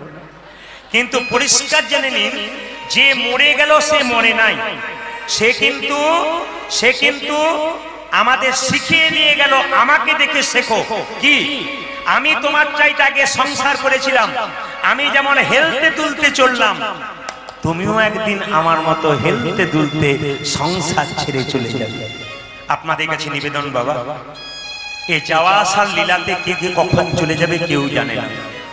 আজকে কমিটি যে লীলাটি নির্ধারণ করেছে, ভগবান শ্রীকৃষ্ণের কালীয় দমন, আপনাদের সামনে বলে যায়, কালীয় নাগ শুধুমাত্র বাইরে আছে তা নয়, কালীয় নাগ আমাদের দেহের মধ্যে আছে। কালীয় নাগ কোনটা বলুন তো? আমাদের দেহে কাম, ক্রোধ, এগুলো হচ্ছে কালীয় নাগ। যেমন কালীয় নাগ গোবিন্দের চরণ পেয়ে সে চরণ প্রাপ্ত হয়েছিল, মাথা নিচু করেছিল। সেরকম যদি কেউ গোবিন্দের নামে মাথা নত করতে পারেন, তবে আমাদের শরীরে যে কালীয় নাকগুলো আছে সেগুলো আস্তে আস্তে গোবিন্দ চরণ প্রাপ্ত হবে। জোরে বলুন রাধা রানী কি, একটু জোরে শ্যাম সুন্দর কি, মদন মোহন কি, হরিবাসর কি, সাধুগুরু বৈষ্ণব কি, গৌর ভক্তবৃন্দ কি। এই কালীয় নাগ পূর্ব জন্মে কে ছিল? যে যেমন কর্ম করবে সেরকম তার জন্ম হবে। একটু মন দিয়ে শুনুন। ধরুন আজকে, ধরুন কথার মানে, আজকে গোবরহাটিতে ওই পাড়াতে একটা ছেলে জন্ম নিয়েছে, আর এই পাড়াতে একটা ছেলে জন্ম নিয়েছে। ওই পাড়াতে যে ছেলেটা জন্ম নিল, সে সোনার চামচ মুখে নিয়ে জন্ম নিল, খুব বড় লোকের ঘরে জন্ম নিল। জন্ম নিয়ে আদর যত্ন খুব, খাওয়া দাওয়া খুব, লক্ষ্য করুন। কিন্তু এই পাড়াতে যে বাচ্চারা জন্ম নিল, ও মায়ের দুধটুকু পাচ্ছে না, একবারে ভিখারি ঘরে জন্ম নিল। বলুন তো ছেলে দুটো কি করেছিল কর্ম, যার জন্য একজন রাজার ঘরে একজন ভিখারির ঘরে? তার মানে এর থেকে শিখে নিলেন আপনারা, পূর্ব জন্মে যে যেমন কর্ম করবেন এই জন্মে তার সেই রকম জন্ম হবে। প্রমাণ পেয়ে গেলেন আপনারা বাচ্চার জন্ম থেকে। আপনি যদি পূর্ব জন্মে খারাপ কাজ করেন, এই জন্মে আপনি খারাপ ফল পাবেন। পূর্ব জন্মে ভালো করলে এই জন্মে ভালো পাবেন, আবার এই জন্মে ভালো করলে পরের জন্মে কিন্তু আপনারা ভালো জন্ম পাবেন। প্রমাণ দেখে নিন যে যেখানে বসে আছে। এই কালীয় নাগ ছিল রাজা চন্দ্রধ্বজ। তা রাজা বাবা টিপ, এই আপনি ফোঁটা দিতে দিতে শব্দ নয়, আর যারা ফোঁটা নেবেন তারা গল্প করবেন না, মন দিয়ে শুনবেন। কালীয় নাগ পূর্ব জন্মে ছিল চন্দ্রধ্বজ রাজা। তার পেটে একবার প্রচন্ড যন্ত্রণা হচ্ছিল, কেউ ভালো করতে পারছিল না। একজন বলে উঠলো, রাজা মশাই আপনার পেটের যন্ত্রণা আমি ভালো করতে পারি, একটা উপায় আছে। বলে কি? যে আপনি যে রাজবাড়িতে বাস করেন তার পেছনে একটা পুকুর আছে, সরোবর। ওই সরোবরে একটা রাজহাঁস খেলা করছে, ওই রাজহাঁসটাকে ধরে যদি তাকে হত্যা করে তার পিত্তটা খেতে পারেন, আপনার পেটের যন্ত্রণা ভালো হবে। রাজা বললো, সে তো খুব সুন্দর কথা। লোক দিয়ে রাজহাঁসকে ধরে আনা হলো। যখন রাজহাঁসকে ধরে আনা হত্যা করতে এসেছে রাজহাঁসকে, রাজহাঁসকে দেখে দিয়ে বললো, রাজা মশাই আমাকে না মেরে যদি আপনার পেটের যন্ত্রণা ভালো হয় তাহলে উপায় বলবো। বলে কি? না, যে সরোবর থেকে আমাকে ধরে আনলেন, পুকুর থেকে, সেই সরোবরের উত্তর দিকে একটা গাছের ওপরে এক সাধু বাবা মুনি পাটাকে দুলিয়ে বসে আছে, আমার দিকে তাকান, পা গুলো দোলাচ্ছে। তা তুমি যদি একটা পাত্র নিয়ে গিয়ে, হ্যাঁ, ওই পা ধোয়া জল নিয়ে এসে পান করতে পারো মুনি, তোমার পেটের যন্ত্রণা ভালো হবে। মায়েরা, রাজা বলে কথা, সে কি আর শুধু পাত্র নিয়ে গেছে? সোনার পাত্র নিয়ে গেছে। এখন সোনার পাত্রটা নিয়ে গিয়ে বলছে, মুনিবর তুমি তোমার ডান পাটা এগিয়ে দাও। ও মা, ডান পাটা যখন এগিয়ে দিয়েছে মা, পুঁজ আর রক্ত, ছি, এই জল আমি পান করতে পারবো না। যখন বললো মুনিবর বাঁ পাটা এগিয়ে দাও, ও মা, পুঁজ রক্ত তো রয়েছে, পোকা কিলবিল করছে, না এই জল আমি পান করতে পারবো না। তবে একটা কাজ করো, মাথায় করে নিয়ে যাবো। বৈষ্ণবের চরণ ধোয়া জল কেউ যদি মাথায় করে নিতে পারে বাবা, তারও লাভ আছে। একটু মন দিয়ে শুনবেন। বৈষ্ণবের চরণ ধোয়া জল পান করলো না, কিন্তু মাথায় করে নিয়ে গেল। আসলে রাজা চন্দ্রধ্বজের দুটো স্ত্রী ছিল, তারা কিন্তু সতী নারী ছিল। মায়েরা কিছু মনে করবেন না। সতী নারীর লক্ষণ কি বলুন তো? সকালবেলায় ঘুম থেকে উঠে যারা স্বামীর পা ছুঁয়ে প্রণাম করে তারা হয় সতী নারী। আপনারা মায়েদের সংখ্যা এখানে বেশি, কে কে সকালবেলায় স্বামীকে প্রণাম করেন একবার হাত তুলে দেখান।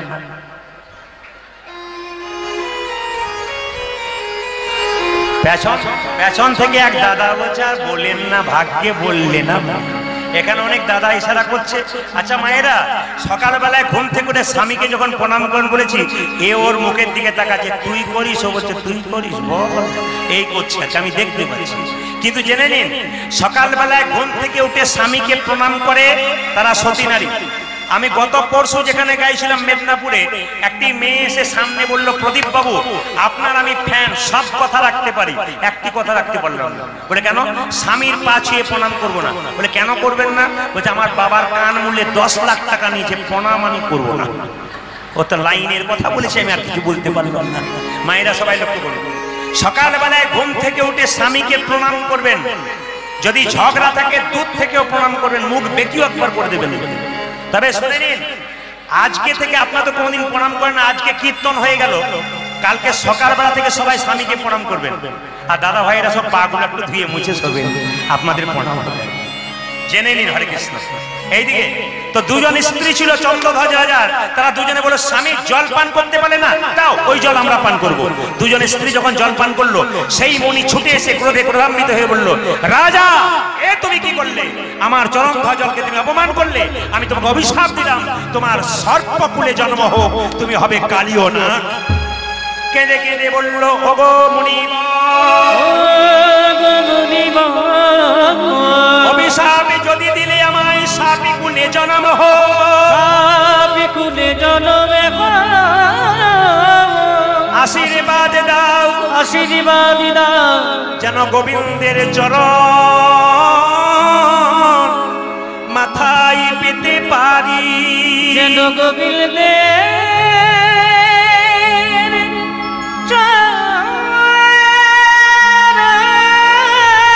আরে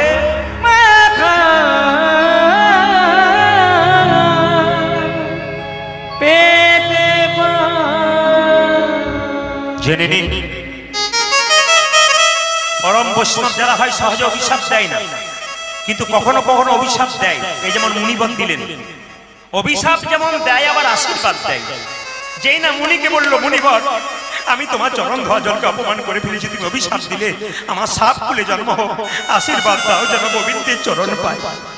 মুনিবর বলল, অভিশাপ যেমন দিলাম, তোমার সাপ কুলে জন্ম হবে, আশীর্বাদ সেরকম দিলাম, একদিন তোমার মাথায় ভগবান শ্রীকৃষ্ণের নৃত্য হবে। মায়েরা, এই জন্য কালিয়ানাগের মাথায় কৃষ্ণ নেচেছিল। আপনাদের মুর্শিদাবাদ এলাকায় পুকুরগুলোর দিকে রক্ষা করবেন, পুকুর পুকুর ওগুলো দিকে লক্ষ্য করবেন। অনেক পুকুর খুঁজতে খুঁজতে কোনো পুকুরে পদ্ম ফুল দেখতে পাবেন। দেখবেন যে পুকুরে পদ্ম ফুল আছে, ওই পুকুরে কিন্তু একটা সাপ থাকে, ওই সাপটার নাম পদ্মনাগ। এখন সব ফিল্টারে জল খাচ্ছেন, চাপা কলের খাচ্ছেন, কিন্তু আগে তো সব পুকুরের জল খেতাম না, কি বলছেন? আগেকার আমাদের বাবা কাকাদেরকে দেখেছি, তারা পুকুরের জল খেতেন। তাহলে যে পুকুরে সাপ থাকে পদ্ম ফুলে, ওই সাপটার নাম পদ্মনাগ। আমরা খবরে শুনেছি যে পদ্ম ফুল তুলতে গিয়ে সাপের কামড়ে অনেকে পার পর্যন্ত তুলতে পারে নাই, ওইখানেই মারা গেছে, এত বিষ। তাহলে আপনাদের প্রশ্ন হবে, যে পুকুরে পদ্মনাগ সাপ থাকে ওই জলটা বিষ হলো না, কালীদহের জলটা বিষ হলো কেন? এর তত্ত্ব আছে। আপনারা যদি মহাভারতের দিকে যান তাহলে দেখতে পাবেন, সবাই লক্ষ্য করুন, কুরুক্ষেত্রের যুদ্ধে কৃষ্ণ জয়লাভ করার পর সবাইকে সবকিছু দিল, একটা জিনিস কিন্তু কালিয়ানাগকে দেয়নি। কালিয়ানাগ কেঁদে কেঁদে বলেছিল, প্রভু আমায় উদ্ধার করো, এখান থেকে উদ্ধার করো, কিন্তু কৃষ্ণ শোনে নাই। তখন কালিয়ানাগ মনে মনে ভাবলো, তুমি আমার কথা শুনলে না, আমি তোমাকে, তুমি আমার কথা শুনলে না, তবে এক কাজ করো, তুমি আমার কথা যখন শুনলে না, আমি তোমাকে প্রেম করে পেতে চাইলাম, তুমি আমার গ্রহণ করলে না প্রেম, আমি তোমার সঙ্গে শত্রুতা করব, দেখি তুমি আমার কাছে আসো কিনা। দেখে নিন আপনারা, কালিয়ানাগ কি করলো, এমন বিষ ঢালতে শুরু করলো, ওই পথ দিয়ে যত পশু পাখি পেরিয়ে যায়, বিষের বাতাসে ছটফট করতে করতে মরে যায়। আর মৃত্যুর আগে তারা কি করে, মৃত্যুর আগে কেঁদে কেঁদে বলে, হে প্রভু, বৃন্দাবনের জল গ্রহণ করলাম, যমুনার গাছের ফল খেলাম, তোমার নাম করলাম, এত কষ্ট কেন? ভগবানকে যদি কোনো ভক্ত কাঁদতে কাঁদতে দেখে, ভগবান কি না এসে থাকতে পারে? বিপদপরণ ভগবান আসবে। এখন কালিয়ানাগ মনে মনে ভাবছে, এখানে এলেই তোমার চরণ পেয়ে যাবো। তাহলে কালিয়ানাগকে আপনারা শত্রু ভাবছেন, কিন্তু কালিয়ানাগ শত্রু নয়, কালিয়ানাগ হচ্ছে বড় ভক্ত। আপনারা যারা ত্রেতা যুগে রামচন্দ্রের কথা জানেন, একটু মন দিয়ে শুনুন, রামচন্দ্রের কথা জানেন, রাবণের কথা জানেন, আপনারা মনে মনে জানেন রাবণ রামের শত্রু, কিন্তু তত্ত্ব ঘাঁটলে দেখা যায় যে রাবণ কিন্তু রামের পরম ভক্ত। কিরকম ভক্ত একটু প্রমাণ দিয়ে দিই না। রাবণ যখন সীতাকে হরণ করেছিল, তখন সীতাকে হরণ করার সঙ্গে সঙ্গে তার স্ত্রী মন্দোদরী চিৎকার করে বলেছিল, স্বামী, একজন স্বামী যখন অন্যায় করে, তার যদি প্রকৃত স্ত্রী হয় তবে তাকে বাধা দেয়, আমি তোমায় বাধা দিলাম। বলে, কেন? তুমি 10,000 মেয়েকে বিয়ে করেছো, আমি কিছু বলি নাই, এইবার যে তুমি ভগবানের বউ চুরি করলে, এবার তোমায় বললাম, এবার তোমার অধঃপতন এলো। রাবণ কিন্তু একটাও কথা বলে নাই, মাথা নিচু করে বসেছিল। রাবণকে মাথাতে চিবুকে হাত দিয়ে মন্দোদরী বলল, আমি জানি তোমার বলার কিছু নাই, তুমি সীতা হরণ করলে কেন? তোমার লজ্জা করলো না? রাবণ মাথা নিচু করে বলেছিল, মন্দোদরী, সীতা আমার মা, রাবণ বলেছিল চুপ করো, তোমার এই পাপ মুখে সীতাকে মা বললে তোমার লজ্জা করছে না? তুমি মা বললে, সীতা আমার মা। মন্দোদরী বলল সীতা যদি তোমার মা হবে তবে তুমি সীতাকে কেন রাজপুরীতে রাখলে না অশোক বনে রাখলে? রাবণ বলল মন্দোদরী তুমি তো জানো যেটাকে আমি তুমি রাজপুরী মনে করি ওটা তো রাজপুরী নয়, ওটা আমার পাপের পুরী। আমি যাকে মা বলে ডেকেছি তাকে পাপের পুরীতে রাখবো কি করে? তাকে অশোক বনে রেখেছি যেখানে শোক নাই, দুঃখ নাই। মন্দোদরী বলল চুপ করো, আবার তুমি ভুল বলছো। বলে কেন? অশোক বনে যদি শোক দুঃখ নাই তবে তোমার লোকরা বারবার তাকে অত্যাচার করছে কেন, আঘাত করছে কেন? সঙ্গে সঙ্গে রাবণ বলেছিল শোনো মন্দোদরী, আমার লোকরা অশোক বনে বারবার আঘাত করে কেন জানো? বলছে নদীতে যদি কোনো নৌকা বাঁধা থাকে, আর সেই নৌকায় যদি কেউ বারবার আঘাত করে তবে কেউ ছুটে আসুক আর না আসুক নৌকার মালিক কিন্তু ছুটে আসে। নৌকার মালিক কিন্তু ছুটে সহজ কথাই বুঝিয়ে দিই। আপনার 4 চাকা গাড়িটা আপনার দরজার সামনে দাঁড় করানো আছে, রাত্রিবেলা আপনি ঘুমাচ্ছেন, আপনার গাড়িতে কেউ যদি ধাক্কা দেয় আপনার গায়ে বেশি আঘাত লাগবে না পাড়া প্রতিবেশীর গায়ে বেশি লাগবে? আপনার গায়ে লাগবে। এখানে রাবণ এই রামচন্দ্র বলছে, রাবণ বলছে মন্দোদরী সীতা আচ্ছা শোনো শোনো, নদীতে যদি নৌকা বাঁধা থাকে সেই নৌকায় কেউ যদি বারবার আঘাত করে কেউ ছুটে আসুক আর না আসুক নৌকার মালিক কিন্তু ছুটেই আসে। সীতা হলো আমাদের পরপারের নৌকা। বারবার যদি সীতাকে আমার লোকেরা আঘাত করে তবে কেউ ছুটে আসুক আর না আসুক সীতাপতি রামচন্দ্র ছুটেই আসবি। আর রামচন্দ্র যদি ছুটে আসে আমাকে বাইরে যেতে হবে না, আমি ঘরে বসে চরণে পাবো। আমি ঘরে বসে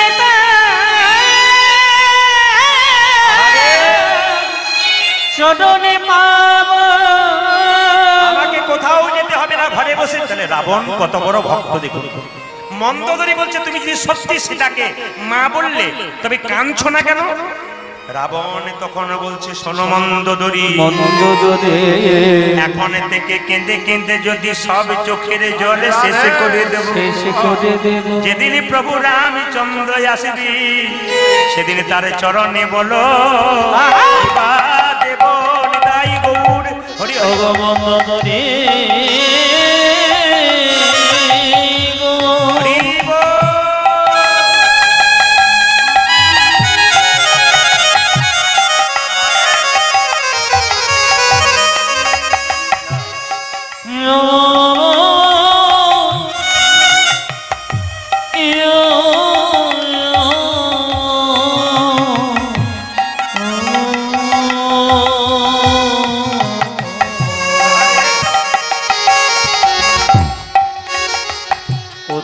চরণে বলো কি দেব, নয়ন জলে বুকে ভাসাই চরণে বলো কি দেব।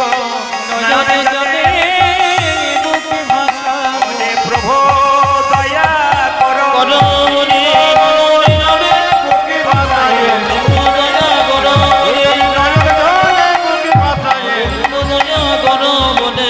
চরণে বড় ভগবান শ্রীকৃষ্ণ বলছে মা আমাকে সাজিয়ে দাও, আমাকে গোষ্ঠী যেতে হবে। যশোদা বলছে তুই কোথায় যাবি বাবা? আজকে দাদা বলরামের জন্মদিন, আজকে বাইরে যাওয়া চলবে না। বাবা কিছু মনে করবেন না, এদিকে তাকান। জন্মদিন আপনারা পালন করেন তো? জোরে বলুন হ্যাঁ না না। জন্মদিন পালন করেন? ভয়ে কেউ বলবেন না। জন্মদিন আপনারা পালন করেন? যার জন্ম আছে তার জন্মদিন আছে নাকি? তো জেনে নিন জন্মদিন আপনারা পালন করেন কিন্তু কিছু ভুল আমাদের মধ্যে আছে। জন্মদিনে বাচ্চাদের আপনারা কেক তো হাত তুলে বলুন হ্যাঁ না না। কেক কাটেন? কেক কাটেন? বাহ, এই যে সত্যি কথাটা বললেন তার জন্য খুশি। অন্য জায়গাতে ভয়ে বলে না, যদি কিছু বলে জেনে নিন। আপনারা কেক কাটেন, একটা মোমবাতি জ্বালিয়ে কি বলেন? হ্যাপি বার্থডে টু ইউ ফুস, একটি ডিজাইন। এটা কিন্তু ভারতবর্ষের সনাতন ধর্মের মানুষের নয়। আপনার শিক্ষামূলক কথা শুনে নিন। এইদিকে যেটা আপনারা করছেন, হ্যাপি বার্থডে টু ইউ আপনারা করছেন, জেনে নিন এটা কিন্তু আমাদের সনাতন ধর্মের নয়। এটা কাদের বলুন তো? এটা হচ্ছে খ্রিস্টানদের। আমরা খ্রিস্টান কালচার ধরতে ধরতে, পাশ্চাত্য কালচার ধরতে ধরতে আমাদের কিন্তু আস্তে আস্তে আমরা নিতাই গৌর হরিগৌর হয়ে গেলাম। এই জন্য আপনাদের কাছে নিবেদন করলাম, ইংরেজ ছেড়ে গেল আমাদের দেশটাকে, কিন্তু কিছু কিছু জিনিস রেখে গেল যেগুলো আমরা ভুলতে পারলাম না। একটু মন দিয়ে শুনবেন, যে যেখানে বসে আছেন। বাচ্চার জন্মদিনে যে কেক কাটছেন আর মোমবাতি জ্বালাচ্ছেন, এতজন কীর্তন শুনছেন, হাত তুলে বলুন তো কেক কেন কাটা হয় আর মোমবাতি কেন জ্বালানো হয়? সব মাথা নড়াচ্ছে এমনি এমনি করে, কেউ আবার অনেক কিছু করছে। জেনে নিন কেক কেন কাটা হয়। একজন হাত তুলে বলতে পারলে আমি খুশি হব, কেউ বলতে পারবে না। আমি কয়েকদিন আগে এক মাস্টারমশাইয়ের বাড়িতে বাসা ছিলাম, কীর্তনে যাবো তার আগে বললো, প্রদীপ বাবু আজ আমার নাতির জন্মদিন। বললাম খুব ভালো কথা। তোনার বাড়িতে তখন হ্যাপি বার্থডে টু ইউ ফুস ওটাও চলছে আর কেক কাটাও চলছে। আমি জিজ্ঞেস করলাম, মাস্টারমশাই মানে এটার মানে বুঝতে পারলাম না, কেক কেন কাটা হয় আর মোমবাতি কেন নেভানো হয়? উনি বলছেন ওই পাড়া সব করছে তাই এরাও করছে আর কি। মানে ভদ্রলোক নিজেও জানেন না। আমরা সব নকল করি কিন্তু মানে বুঝি না। যখন ইংরেজরা আমাদের দেশকে শাসন করেছিল, শিক্ষিত মানুষরা শুনবেন, সাধারণ মানুষরা শুনবেন, তখন কিন্তু রবিবার দিন ছুটি ঘোষণা করেছিল। কেন বলুন তো? চার্চ গির্জাতে যাবার জন্য। মুসলিমদের শুক্রবার দিন ছুটি থাকে মসজিদে যাবার জন্য, জুম্মার নামাজ পড়ার জন্য। হিন্দুদের একটা ছুটির দিন বলুন তো, যেদিন ভগবানের মন্দিরের জন্য হয়। একটু হাত তুলে বলতে পারবেন? রবিবার দিন যে ছুটি ঘোষণা করা হয়, ওই ছুটিটা আমরা কি ব্যবহার করি? মন্দিরে যাই না সারা সপ্তাহে বাজারের কাজটা করে নিই? যারা সরকারি চাকরি করি বা যে কোনো বেসরকারি কাজ করি, শনি রবিবার, শনিবার হাফ আর রবিবার কি? রবিবার কি? হ্যাঁ, বলছে শনিবার সুখীবার।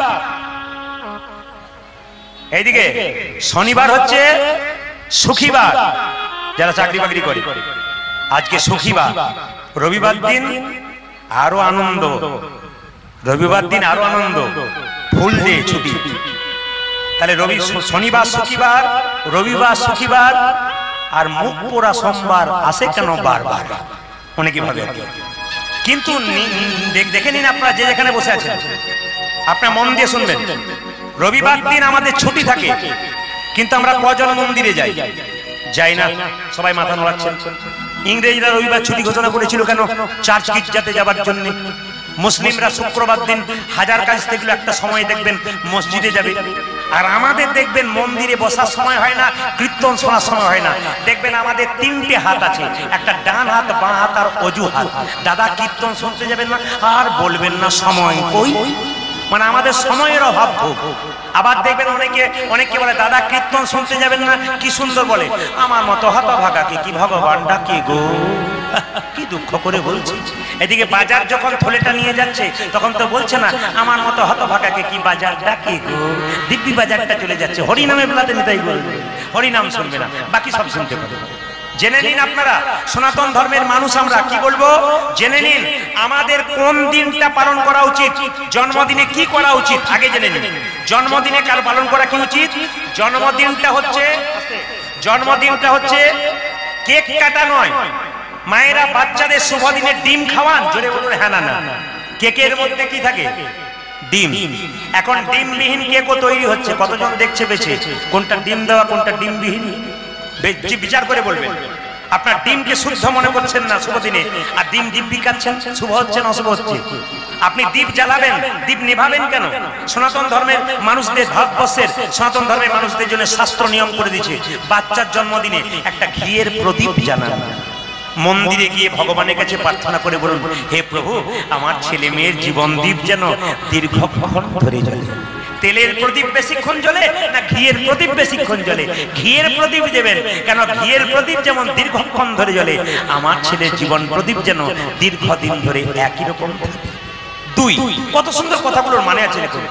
আপনি কেক কাটছেন, কাটুন, যা করবেন ওগুলো তো বারণ করলে আপনারা করবেন। করবেন না, কিন্তু এখন আমি সবচেয়ে খুব খুশি এই জন্য, প্রায় জায়গাতে কীর্তন করতে যায়, যার বাড়িতে বাসা পাই, সেই মেয়েটি, বাচ্চা মেয়েটি তার বাবাকে বলে, প্রদীপ বাবু বলেছে কেক কাটা চলবে না, নেভানো চলবে না, মোমবাতি, আমাদের এইটাই করতে হবে। বাবা তখন বলে, এই যে তুই জানতে পেরেছিস যেটুকু বয়স থেকে, তার জন্য খুশি হয়ে গেছি। একজন মেয়ে এইটুকু বাচ্চা তার বাবাকে বলেছে অন্নপ্রাশনের দিনে রক্ত মুখ দেখবে না, প্রদীপ বাবু বলেছে রক্ত মুখ দেখবে না, মাছ মাংস ডিম কিচ্ছু, মাছ মাংস কিচ্ছু করা যাবে না, আমার জন্মদিনে কিন্তু সবাইকে নিরামিষ খাওয়াতে হবে। এই যে বাচ্চাগুলো বুঝতে পেরেছে, এর জন্য আমরা খুশি হয়ে যাই। আমাদের সনাতন ধর্মের কিছু কিছু মানুষ বুঝতে পেরেছে। মায়েরা প্রসাদটা দেবেন কি, একটু পরমান্ন তৈরি করে তুলসী পত্র দিয়ে গোবিন্দের চরণে বলবেন, হে প্রভু আমার ছেলে যেন ভবিষ্যতে প্রসাদ ভোজি হয়ে তোমার চরণে নিতাই গৌর হরি বল বলে আশ্রয় লাভ করতে। মায়েরা এরকম প্রার্থনা ভগবানের কাছে করবেন, তবে তো ভালো ছেলে পাবেন।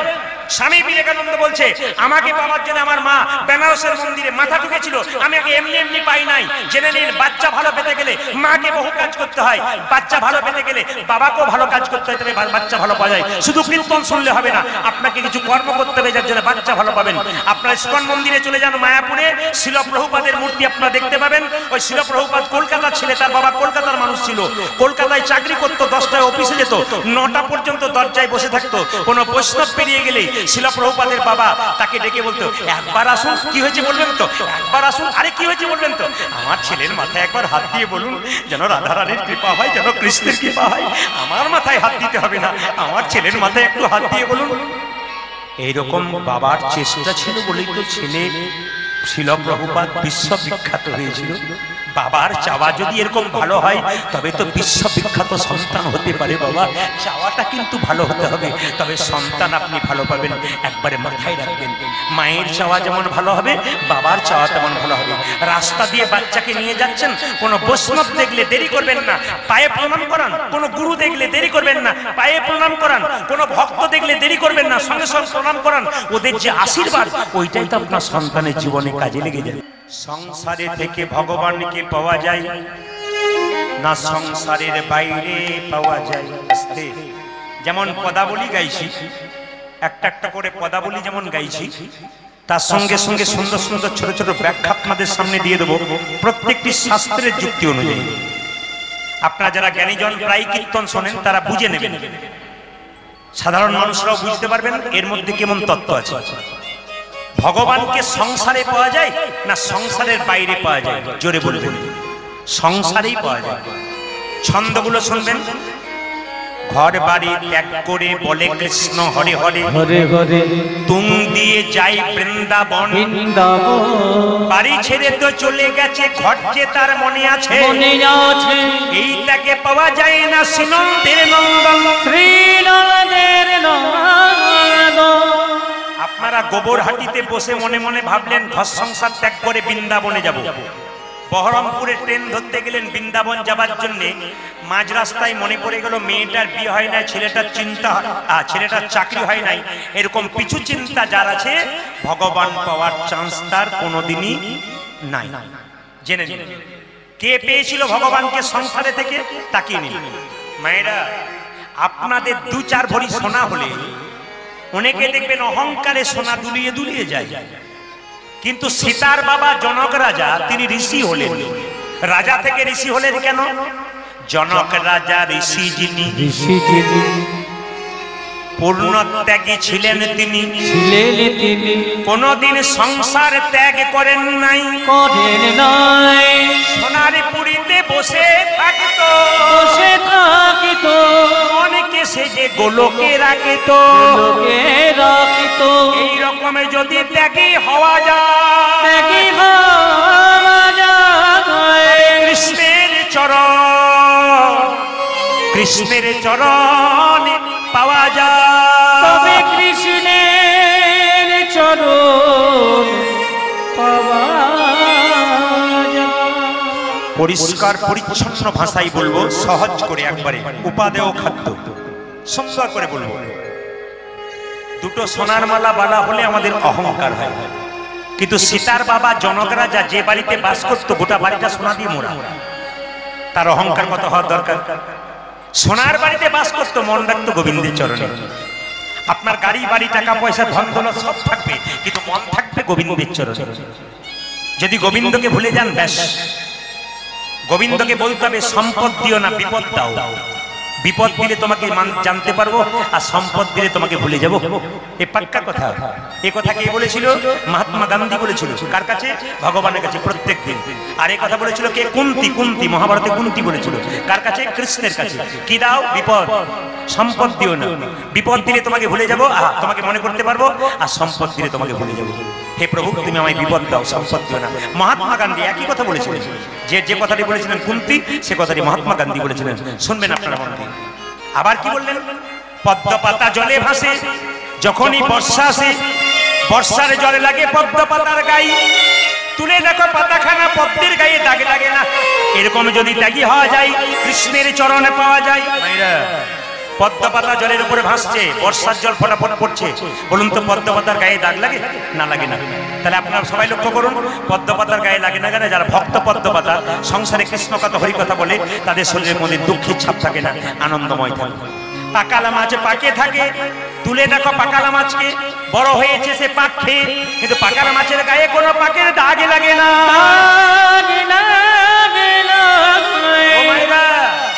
এখানে যারা মাছ ধরে তারা জানে, পাকাল মাছ 5 কেজি 10 কেজি পাক থেকে তোলে, কিন্তু পাক খেয়ে বড় হলো, পাকের দাগ নাই। যারা ভক্ত পাকাল মাছ, সংসার দুঃখে হাবুডুবু খাচ্ছে, কৃষ্ণ কথা হরি কথা যারা বলছে, তাদের দুঃখের ছাপ নাই, তারা আনন্দময় থাকে। দেখবেন সংসারে অনেকে দুঃখ আছে, যন্ত্রণা আছে, কিন্তু হরি কথা কৃষ্ণ কথা যারা বলে, আনন্দে নিতাই গৌর হরি বল বলে। আমাদেরকে যদি বলেন কেমন আছেন দাদা, ভালো নেই গো, কিন্তু যিনি কৃষ্ণ ভক্ত হরি ভক্ত, তাকে জিজ্ঞেস করুন কেমন আছেন, গোবিন্দের কৃপায় চলে যাচ্ছে, ভালোই আছে আর কি। ওরা কোনোদিন খারাপ বলে না, আমরাই শুধু খারাপ বলতে শিখেছি। এবার লক্ষ্য করুন মায়েরা, সংসারে থেকে ভগবানকে পাওয়া যায়, সংসারের বাইরে পাওয়া যায় না। একটা ছোট্ট প্রমাণ দিয়ে দেবো আপনাদের। আপনাদের গুরুদেবের নাম আপনারা জানেন? যশোমতীর গুরুদেবের নাম কেউ জানেন? জোরে বলবেন। যশোমতীর গুরুদেবের কেউ নাম জানেন?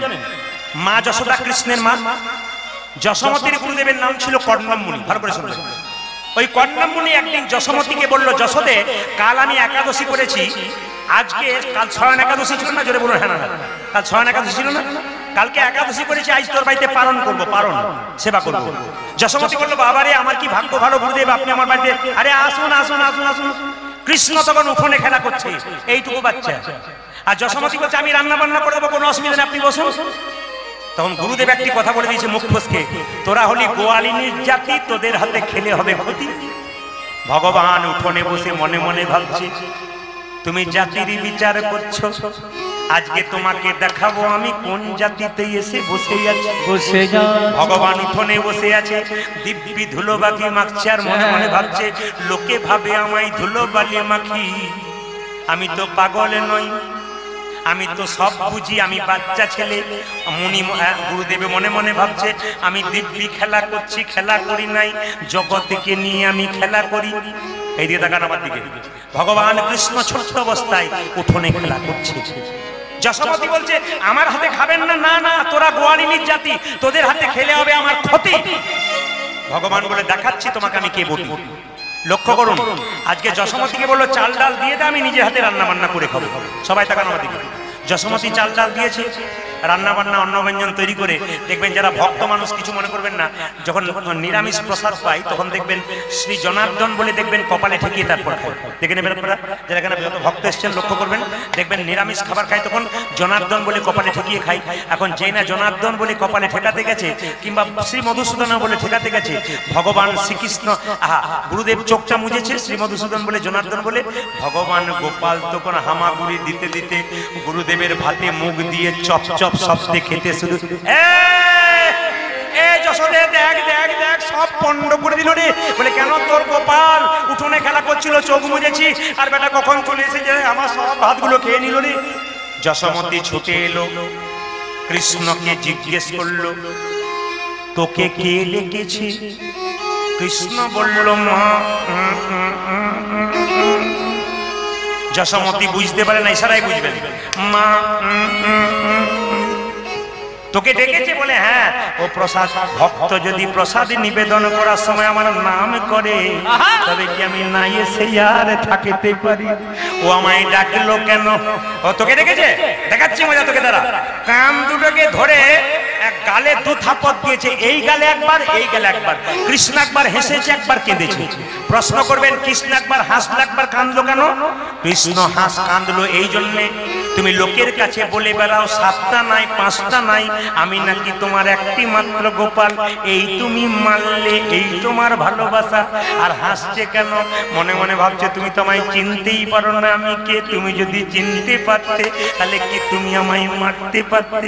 যশোমতি বলছে চল তোকে দেখাচ্ছি মজা। কানে ধরেছে আর গুরুদেবকে বলছে বন্দি করে রাখবো আবার কাঁচা সোনা, আমার গোপাল তোমার কাছে আসবে না। সবাই তাকাবেন, খুব যুক্তিপূর্ণ কথা, একবার মহাভারতের কথা লক্ষ্য করুন। যে আমার গোপাল আর কোনো মতে আসবে না। গোপালকে নিয়ে গিয়ে একটা বাড়িতে দরজা বন্ধ করে, এখন যেই না জানালার সঙ্গে দড়ি দিয়ে বাঁধতে যাচ্ছে, গোপাল আর যেতে পারবে না বলে গোপালকে যখন বাঁধছে, গোপাল বলছে মা গো, এই জগতে আমাকে দড়ি দিয়ে কেউ বাঁধতে পারে না, যদি প্রেমের দড়িতে কেউ বাঁধতে পারে তবে তার প্রেমের দড়িতে নিতাই গৌর হরি বল বলে ধরা। প্রেমের দড়িতে কেউ যদি আমায় বাঁধতে পারে, প্রেমের দড়িতে আমায় যদি কে বাঁধতে পারে, আমাকে মা তুমি প্রেমের দড়িতে বাঁধো, আমি তোমার কাছে আসি। এখন লক্ষ্য করুন, যেই না বলেছে প্রেমের দড়িতে বাঁধো, লক্ষ্য করুন বাঁধতে বাঁধতে 2 আঙ্গুল কম পড়ে যাচ্ছে। মা রেগে গিয়ে বলো আচ্ছা ছেড়ে পাল্লাই পড়লাম, রইল তোর বাঁধা। আসলে 2 আঙ্গুল কম পড়লো কেন? মা যশোদা যখন গোপালকে বাঁধছিল, দুটো জিনিসের অভাব ছিল, একটা প্রেম একটা ভক্তি, ওই জন্য 2 আঙ্গুল কম পড়ে গেল। প্রেমও নাই, ভক্তিও নাই, বাঁধা গেল না। এখন বলছে দাঁড়া তোকে শিকলটা বন্ধ করে দিই। দরজা বন্ধ করে শিকল দিয়েছে। গুরুদেবকে আবার রান্না বান্না তৈরি, অন্ন ব্যঞ্জন সব কিছু দিয়েছে, আপনি রান্না বান্না করুন, সব সেবা দিয়ে দিলাম। গুরুদেব বলছে আর আসবে না, বলছে বন্দি করে রেখেছি আমার কাঁচা সোনা, আর গোপাল আসবে না। যশোমতি রান্নাশালে রান্না করতে গেছে, এদিকে তাকাবেন, যশোমতি রান্নাশালে রান্না করতে গেছে, আর যে না অন্ন ব্যঞ্জন তৈরি করে আবার শ্রীমধুসূদন বলে যাই না কপালে ঠেকাতে গেছে, কোথা থেকে গোপাল এসে আবার খেতে শুরু করে দিয়েছে। গুরুদেব বলছে যশোদে দেখ দেখ দেখ, আচ্ছা ছেলের পাল্লাই পড়লুম বাবু, আবার এসেছে। যশোমতি রান্নাশাল থেকে বলছে না ও আমার গোপাল নয়, পাড়ার কেউ বটে, ভালো করে দেখো, বলে তুই দেখে যা একবার। যেই না যশোমতি বাইরে এলো, দেখলো সত্যি গোপাল বসে বসে গুরুদেবের অন্ন খাচ্ছে। যেই না অন্ন খাচ্ছে, বলছে গুরুদেব এ আমি কি দেখলাম, বন্দি করে রেখেছি আমার কাঁচা সোনা, বাইরে আমার গোপাল সোনা এলো কি করে? গুরুদেব মনে মনে ভাবছে একবার দরজা খোল। আমি তো এতদিন বনে জঙ্গলে ঘুরে বেড়ালাম ভগবান দেখার জন্য, কিন্তু পেলাম না। যেই না দরজাটা খুলেছে, অমনি দেখলো ঘরে একটা গোপাল বসেই আছে, আর বাইরে একটা গোপাল গুরুদেবের অন্ন খাচ্ছে। গুরুদেব মনে মনে ভাবছে এতদিন বনে জঙ্গলে ঘুরে বেড়ালাম, ভগবান দেখতে পেলাম না, এই যে ঘরে গোপাল বাইরে গোপাল, ঘরে গোপাল বাইরে গোপাল, বাইরে গোপাল, ঘরে গোপাল বাইরে গোপাল, উনি বলো ভালো গোপাল, ঘরে গোপাল বাইরে গোপাল, মনির বড় ভালো গোপাল, ঘরে গোপাল বাইরে গোপাল, মনির বড় ভালো গোপাল, ভাগ্য নইলে মিলে না। আমার মনির বড় ভালো গোপাল, ভাগ্য নইলে মিলে না। আমার মনির বড় ভালো গোপাল, আমার মনির বড় ভালো গোপাল, ঘরে গোপাল বাইরে গোপাল। ভগবান শ্রীকৃষ্ণ কষ্ট হবে, মা যশোদা সাজাচ্ছে। মায়েরা যাদের বাড়িতে ছোট ছোট বাচ্চা আছে তাদের একটা উপদেশ দিয়ে যাবো। যশোমতি যেটা করছেন আপনার বাচ্চাকে তাই করবেন। কি কি করবেন মায়েরা? বাচ্চাকে কপালে আপনারা কি দিন? বাচ্চাকে যখন সাজান আপনারা কপালে কাজলের ফোঁটা দেন কিংবা গোবরের ফোঁটা দেন। কাজলের ফোঁটা কিংবা আপনারা গোবরের ফোঁটা। হরে কৃষ্ণ। মায়েরা বাচ্চাদের কপালে আপনারা কি দিন? কাজলের ফোঁটা কিংবা গোবরের ফোঁটা। কিন্তু আজ থেকে আপনারা কাজলের ফোঁটা গোবরের ফোঁটা দেবেন না। কি দেবেন? যশোমতি যেটা কৃষ্ণকে দিত, কৃষ্ণের কোনোদিন বিপদ হতো না। কেন বলুন তো? কৃষ্ণ ভগবান, তার তো বিপদ হবে না, কিন্তু আপনার বাচ্চার কোনো বিপদ হবে না যদি যশোমতি কৃষ্ণকে যেটা দিত। কি দিত? হরিচন্দনের মৃত্তিকা। প্রশ্ন করবেন আপনারা, হরিচন্দনের মৃত্তিকা কাকে বলে? জেনে নিন। তুলসী তলার কাঁচা মাটি আর মায়ের স্তন দুগ্ধ একসঙ্গে মিশিয়ে ছেলের কপালে দিলে ছেলের কোনো বিপদ হয় না। যে যেখানে বসে আছেন মন দিয়ে শুনে নেবেন। তুলসী তলার কাঁচা মাটি আর মায়ের স্তন দুগ্ধ একসঙ্গে মিশিয়ে ছেলের কপালে দিলে ওটার নাম হরিচন্দনের মৃত্তিকা। ছেলের কোনো বিপদ হয় না। আপনারা আগামীকাল থেকে দেবেন যাদের বাড়িতে ছোট বাচ্চা আছে, যারা যশোমতি করতেন। আর কি করতেন মা? আর বাম কনিষ্ঠ আঙ্গুলে দন্তাঘাত করতেন। কেন? ছেলের কোনো বিপদ হয় না, মায়েদের বিশ্বাস আছে। আসুন মায়েরা, ভগবান শ্রীকৃষ্ণ গোষ্ঠে যাবে, মাকে প্রণাম করে যাচ্ছে। আস্তে আস্তে আপনারা মন্দিরে যাচ্ছেন, প্রণাম করছেন, মা বাবাকে প্রণাম করছেন, প্রণামের নিয়ম সবাই জানেন, একটু বলে দিন। প্রণাম করছেন কেমন ভাবে? আমার দিকে তাকান। মা যশোদাকে প্রণাম করছেন, এইদিকে মাকে প্রণাম করছেন কৃষ্ণ। আপনারা ভগবানকে প্রণাম করবেন মন্দিরে বাঁ দিকে রেখে, ভগবানকে প্রণাম করবেন মন্দিরে বাঁ দিকে রেখে, মানে আপনার বাঁ দিকে রেখে। আর দেব দেবীকে প্রণাম করবেন সবসময় আপনার ডান দিকে রেখে। ভালো করে শুনে নেবেন কথাগুলো। ভগবানকে প্রণাম করবেন আপনার বাঁ দিকে রেখে, আর দেব দেবীকে প্রণাম করবেন আপনার ডান দিকে রেখে। আর সাধুগুরু বৈষ্ণবকে প্রণাম করবেন সম্মুখে, মানে সোজা সোজা প্রণাম করবেন। বাবারা সবসময় সাষ্টাঙ্গে প্রণাম করবেন। বাবাদের নিয়ম হচ্ছে সবসময় লাঠির মতো দণ্ডবত প্রণাম, লম্বা হয়ে শুয়ে পড়ে প্রণাম। এটা করতে পারলে অহংকার যায়। যত লম্বা হয়ে প্রণাম করবেন আপনার অহংকার যাবে। দণ্ডবত প্রণামটা কেমন? সাষ্টাঙ্গে 8টা অঙ্গ মাটির সঙ্গে ঠিকবে। কি কি জেনে নিন। দুটো হাত, দুটো পা কটা হলো? 4টা। দুটো জানু কটা হলো? 6টা। আর একটি ললাট কটা হলো? 7টা। আর একটি বক্ষ কটা হলো? 8টা। কিছু মনে করবেন না, এই দিকে তাকাবেন। আগেকার যারা মহাজন কীর্তনিয়ারা ছিলেন তারা কিন্তু কীর্তন করতেন খালি গায়ে। দেখবেন আপনারা যারা আগেকার মানুষ আছেন তারা খালি গায়ে কীর্তন করতেন। বাবা সব ইশারা করছেন বলে হ্যাঁ। এখন আমরা খালি গায়ে কীর্তন করলে 2-4 জন ক্রিটিসাইজ করে, খালি গায়ে কেন? এখন দেখবেন জামা পরেও কীর্তন হয়, খালি গায়েও হয়, কোনো অসুবিধা নেই। যে যেমন ভাবে করতে পারে, জামা পরেও করতে পারে, আবার খালি গায়েও কীর্তন করতে পারে। এর রীতি কিন্তু পূর্ব থেকে আছে। তো যত দিন যাচ্ছে তত তো আমাদের আধুনিকতা হচ্ছে, তাতে কোনো অসুবিধা নেই। যে যেমন ভাবে পারে কীর্তনের সাইজটা যেন কীর্তনের মতো হয়। তিলক থাকবে, মালা থাকবে, হ্যাঁ, একটু ভগবানের নাম কীর্তনটা ভগবানের পক্ষ হয়ে বলতে হবে, ভগবানের নাম কীর্তন করতে হবে, খুশি হয়। এই দিয়ে তাকাবেন আপনারা। তো প্রণামের কথা যখন বললাম আপনারা সবাই শুনলেন, সাষ্টাঙ্গে মানে 8টা অঙ্গ মাটির সঙ্গে প্রণাম করা হলো, ঠিকলো। আর মায়েরা প্রণাম করবেন পঞ্চাঙ্গে। আপনাদের বক্ষ কিন্তু মাটিতে ঠিকবে না, আপনাদের বক্ষ মাটিতে ঠিকবে না। আপনারা দুটো হাত, দুটো পা, একটা ললাট, এই 3টে জায়গা কিন্তু আপনাদের ঠিকবে। বক্ষ ঠিকবে না কেন? যেহেতু আমাদের পুরুষ মানুষ খালি গায়ে থাকলে বুকটা মাটিতে ঠিকতে পারে, মায়েদের সেটা সম্ভব নয়। এই কারণে আর একটা কারণ অনেকে দর্শায়, আমাদের হিন্দু ধর্মে বিভিন্ন জনের বিভিন্ন মত, বিভিন্ন শাস্ত্রে দেখবেন মতামতগুলো কিছুটা কিছুটা করে আলাদা হয়। যেমন এই জন্য রামকৃষ্ণদেব বলেছেন যত মত তত পথ। রামকৃষ্ণদেব একটা সংক্ষিপ্ত করে দিয়েছেন, যত মত তত পথ। তা আপনাদের একটু মানতে হবে সবাইকে এই কথাটি, যে বক্ষ কিন্তু মায়েদের মাটিতে ঠিকবে না। অনেকে ধরা দেবীর কথা বলে, যে ধরা দেবী স্তন কর্তন করে গোবিন্দ সেবা দিয়েছিল, ওই জন্য ওই বক্ষ মায়েরা আপনারা মাটিতে ঠেকাবেন না। বিভিন্ন জনের বিভিন্ন মতামত পাওয়া যায়। এবার সবাই লক্ষ্য করুন, যে যেখানে বসে আছেন, প্রণাম কিন্তু ওটা 2 রকম হলো। আর 3 নম্বর প্রণাম দেখবেন স্কিন টাচ প্রণাম, যেটা এখন উঠেছে। হ্যাঁ, এইরকম এইরকম দেখবেন অনেক প্রণাম উঠেছে, এটার নাম হচ্ছে স্কিন টাচ প্রণাম। এই প্রণাম আপনারা করবেন না। যদি প্রণাম করবেন লম্বা হয়ে করবেন, মায়েরা পঞ্চাঙ্গে করবেন, আপনাদের কাজ আছে। আপনারা সবার তো বান্ধবী আছে, মায়েদের বান্ধবী আছে, বাবাদের বন্ধু আছে, ভাইদের বন্ধু আছে, কিন্তু আপন মনম কথা না কইবি যথাযথা। যেখানে সেখানে মনের কথা বলতে নাই। মনের কথা কাকে বলতে হয়? মনের মানুষকে বলতে হয়, যে আমার মনের কথা কাউকে বলবে না। কিন্তু শাস্ত্র বলছে মেয়েদের মনে কোনো দুঃখ থাকলে, বাবাদের মনে কোনো দুঃখ থাকলে আপনি যেখানে সেখানে বলবেন না, আপনি 2টো জায়গায় বলবেন। প্রশ্ন করবেন 2টো জায়গায় কোথায় কোথায়? একটি গুরুচরণে, একটি গোবিন্দ চরণে। আপনি গুরুর কাছে বলে দেবেন, গুরু আপনার কাউকে বলবে না, কিন্তু আপনি পাড়া প্রতিবেশীর কাছে বলবেন, দেখবেন দুঃখটা আপনার ছড়িয়ে দেবেন। কিন্তু আপনি যদি গুরুর কাছে বলেন, উনি কাউকে বলবেন না, সমাধান করবে কিন্তু কাউকে বলবে না। আর কার কাছে বলবেন না? দুঃখ যন্ত্রণা থাকলে পাড়া প্রতিবেশীর কাছে একবারে বলবেন না, একে ওকে বলে যন্ত্রণা বাড়িয়ে দেবে আপনার। কিন্তু আপনি গুরুকে বলবেন, গুরু যদি কাছে না পান স্বয়ং ভগবান কৃষ্ণকে বলবেন। মন্দিরে গিয়ে কৃষ্ণকে বললে কৃষ্ণ কিন্তু শুনবেন। এই জন্য কৃষ্ণকে বলবেন, বলবেন স্বয়ং গুরুদেবকে বলবেন। আমি আপনাদের ছোট্ট প্রমাণ দিয়ে দিই, যে যেখানে আছেন মন দিয়ে শুনে নেবেন। সুবলটাকে একটু জেনে নিন, সুবলটাকে। যে যেখানে বসে আছেন খুব খুব খুব সুন্দর একটা উত্তর, যে সুবলটাকে। সুবল হচ্ছে প্রাণের ভাই, কৃষ্ণের প্রাণের বন্ধু হচ্ছে সুবল। আচ্ছা বলুন তো মায়েরা, কৃষ্ণ হচ্ছে রাজার ছেলে, সুবল হলো রাখাল। তাহলে কৃষ্ণ কেন রাজার ছেলে হয়ে, কৃষ্ণ কেন সুবলের সঙ্গে খেলা করলো, রাখালের সঙ্গে খেলা করলো? একটু মন দিয়ে শুনবেন, এইদিকে গন্ডগোল নয়। সুবল কেন রাখালের ছেলে, কৃষ্ণ রাজার ছেলে কেন সুবলের সঙ্গে খেললো? আস্তে, একটাই কারণ, এই যে হরে কৃষ্ণ, একটাই কারণ। কারণটা কি? আমি প্রমাণ দিয়ে দিই। একটা বাচ্চা ছেলে মায়ের কোলে বসে আছে আর মা রান্না করছে। ছেলে বলছে, ও মা কি রান্না করছো? ছোট্ট বাচ্চা।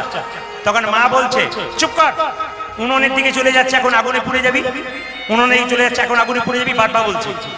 শেষে ছেলে যখন কোনো মতে মানে না, তখন যে বৌমাটি ছেলেটাকে কোলে নিয়েছিল তার শ্বশুর মশাই বাড়ির ভেতরে বসে বসে বই পড়ছিল। বাবা বাবা শুনবেন কিন্তু, একদিকে দান করবেন, এই যে একদিকে দান করবেন, একদিকে কান রাখবেন, আপনার লাভ আছে। বাবা বলে কি না, আপনার নাতিকে একটু ঘুরিয়ে আনুন তো, আপনার নাতিকে একটু ঘুরিয়ে আনুন।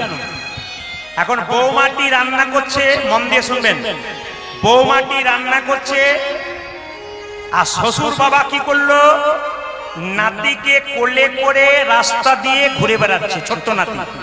শেষে নাতিকে বলছে, দাদু ভাই মায়ের কাছে, এদিকে মায়ের কাছে যেতে নেই, মা রান্না করছে। তখন বাচ্চাটা বলছে, ও দাদু আমি মা যাব, ও দাদু আমি মা যাব। ছেলেদের দেখেছেন, ছেলেদের স্বভাব দেখেছেন, বাচ্চাদের যেটা নেবো বলে, নেবো আমি নেবো আমি নেবো আমি নেবো। বাচ্চাটা বলছে, ও দাদু আমি মা যাব, আমি মা যাব। দাদু বলছে, দাদু ভাই মা যেতে নেই, মা রান্না করছে। ও দাদু আমি মা যাব। ওই দেখ কি সুন্দর একটা পাখি, ও দাদু পাখি নেবো না, মা যাব। ওই দেখ কি সুন্দর একটা গাছের ফুল ধরেছে, না দাদু আমি মা যাব। ওই দেখ রে গাছে কি সুন্দর ফল ধরেছে, না দাদু আমি মা যাব। শাস্ত্র বলছে, ছেলে যদি বলে একবার মা যাব, ফল দিন আর ফুল দিন আর পাখি দিন, ছেলে কিন্তু মায়ের কাছে যাবে। ভক্ত যদি ভগবান পাবো বলে একবার কাঁদতে থাকে, গাড়ি বাড়ি টাকা পয়সা ধন দৌলত যাই দেন না কেন, ভগবানের কাছে ভক্ত যাবে যাবে। এর প্রমাণ দেখুন, হঠাৎ একটা ঘোড়া রাস্তা দিয়ে বেরোচ্ছে। তখন দাদু বলেছে, ও দাদু ভাই, ও দাদু ভাই ওই দেখ ঘোড়া যাচ্ছে। তখন ছেলে বলছে, ও দাদু কি আমি ঘোড়া নেবো। চুপ কর, ঘোড়া কি করে নেবো? না আমি ঘোড়া নেবো। বলে ঘোড়ার অনেক দাম, দেবো কি করে? না আমি ঘোড়া নেবো। লজেন্স খা, বিস্কুট খা। না আমি ঘোড়া নেবো। ছেলে বলছে ঘোড়া নেবো। দাদু দেখলো নাতির তো মনের ইচ্ছা পূর্ণ করতে হবে, তাহলে ঘোড়া কেনার তো আমার পয়সা নাই। দাদু ভাই আমি বরং ঘোড়া সাজি, তুই আমার পিঠে চাপ। ও মায়েরা, দাদু সেজেছে ঘোড়া, নাতি চেপেছে পিঠে। তাকাবেন, নাতি চেপেছে পিঠে, এইদিকে এইদিকে এইদিকে। সেজেছে ঘোড়া, নাতি চেপেছে পিঠে। হঠাৎ বলছে, ও দাদু। বলে কি? সেই মুখে বাঁধা ছিল ওটা নেবো। মানে কিছু বুঝলেন? সব বুঝতে পেরেছেন না বুঝতে পারেননি? বাচ্চাগুলো বুঝতে পেরেছে। কি বুঝতে পেরেছেন? বলছে লাগামটা নেবো। দাদু মনে মনে হচ্ছে লাগাম যদি দেয় তাহলে নিতাই আর কোনো উপায় নাই। বলে না দাদু আমি বাঁধা ছিল ওটা নেবো। বলছে দাদু ভাই এক কাজ কর, আমি যখন সেই ঘোড়া নই, এই ঘোড়া তো দাদু ঘোড়া, লাগাম নাই আমার কান দুটোকে ধর। মায়েরা তাকান, নাতি কি করেছে? কান দুটোকে ধরেছে। তখন বুড়ো দাদু বলছে, কানে টানিস না, কান বুড়ো হয়ে গেছে, পাতার মতো কান ছিঁড়ে যাবে। ও যত বলছে ছিঁড়ে যাবে, তত টানছে লাগামের মতো। ও দাদু ভাই টানিস না ভাই। ও দাদু লাগাম তো পেলাম, পেছনে মাছ ছিল ওটা নেবো। মানে বুঝতে পারছেন তো কি বলুন তো, ছড়িটা আর কি। এখন দাদু দেখলো কোনো উপায় নাই, শেষ বয়সে দাদু সম্বল লাঠি। এখন তাকান, দাদু সেজেছে ঘোড়া, নাতি তার পিঠের উপরে চেপেছে, একদিকে কানটা ধরেছে, একদিকে পিঠে পেছনে দিব্যি মারছে। দাদু চলে যাচ্ছে।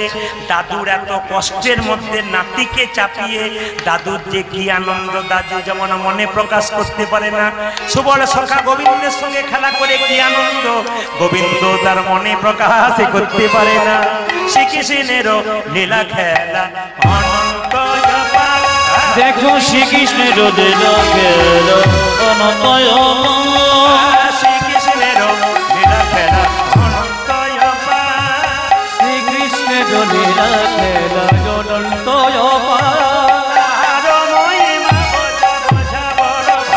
আমার তাহার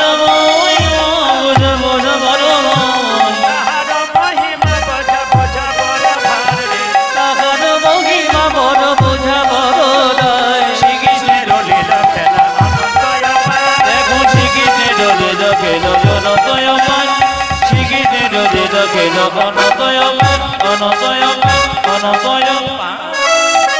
ভগবান ভগবান শ্রীকৃষ্ণ সবলের সঙ্গে খেলা করে এই আনন্দ পায়। ভগবান যাচ্ছে কালীয় নাগকে দমন করার জন্য। তার আগে আপনাদের সামনে একটা ছোট্ট কথা বলে যাই, যে যেখানে বসে আছেন মায়েরা, এসেছেন একাই, যেতে হবে একা। হাত তুলবেন। রাধা রানী কি? আচ্ছা, একাই যাবেন তো না দু চারজনকে সঙ্গে নিয়ে যাবেন? একাই যাবেন। এই দিয়ে তাকান, জোরে বলুন রাধা রানী। বা রাধা রানী কি? হ্যাঁ, জোরে জয় দেবেন। শ্যাম সুন্দর কি?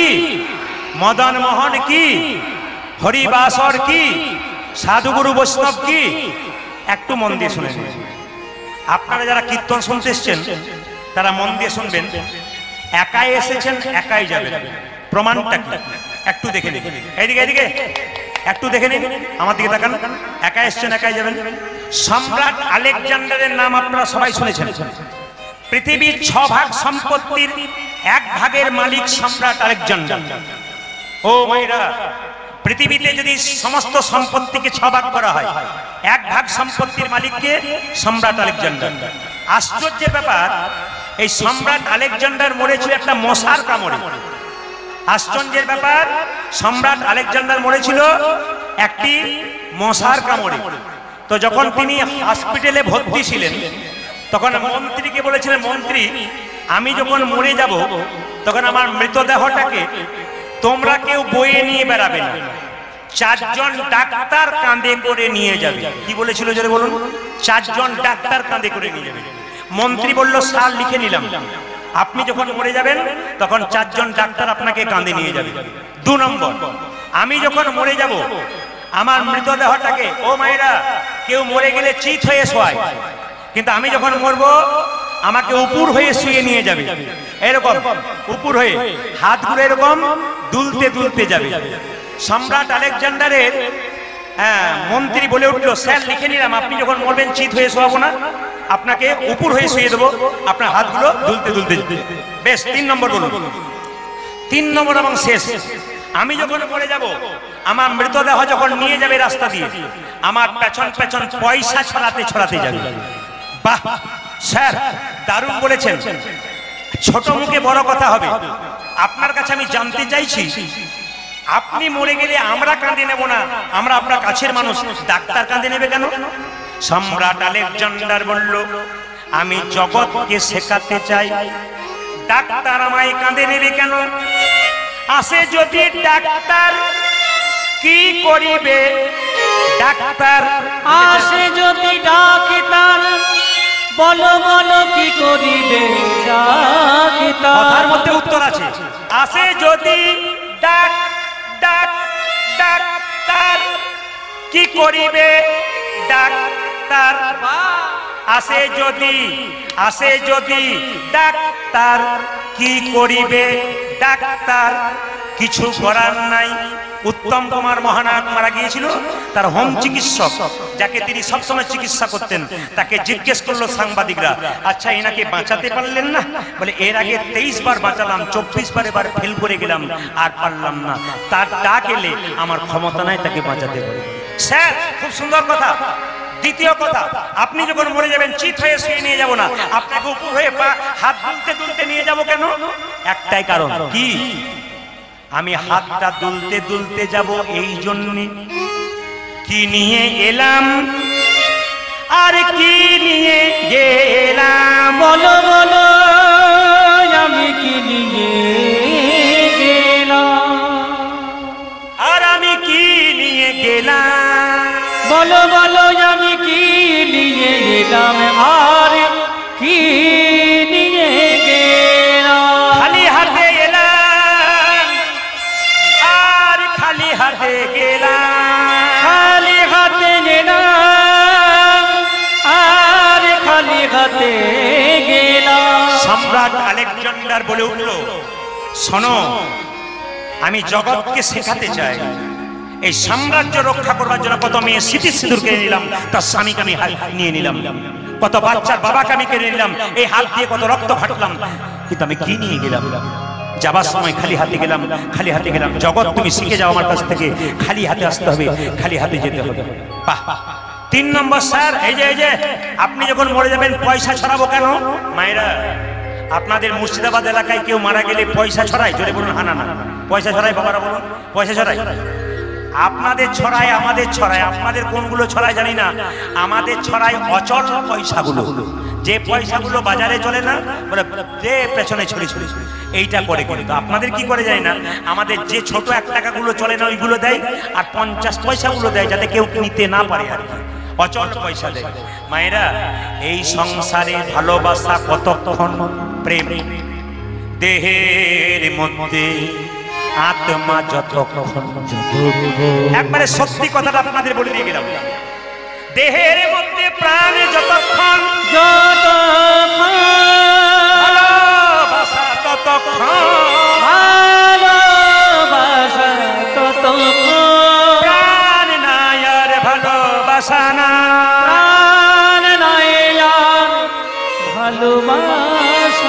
এইদিকে আপনাদের গোবরহাটিতে কেউ যদি মারা যায়, তাকে দেখবেন বাইরে অ্যাক্সিডেন্ট হয়ে মারা গেলে তাকে দেখবেন আর ঘর ঢোকানো হয় না, ওইখান থেকে হরিবোল কিংবা দরজা পর্যন্ত আসে, বাড়িতে ঢোকানো হয় না। আপনার স্বামীকে আপনি কত ভালোবাসেন, কত ভালোবাসেন, আপনার স্বামী আপনাকে কত ভালোবাসেন।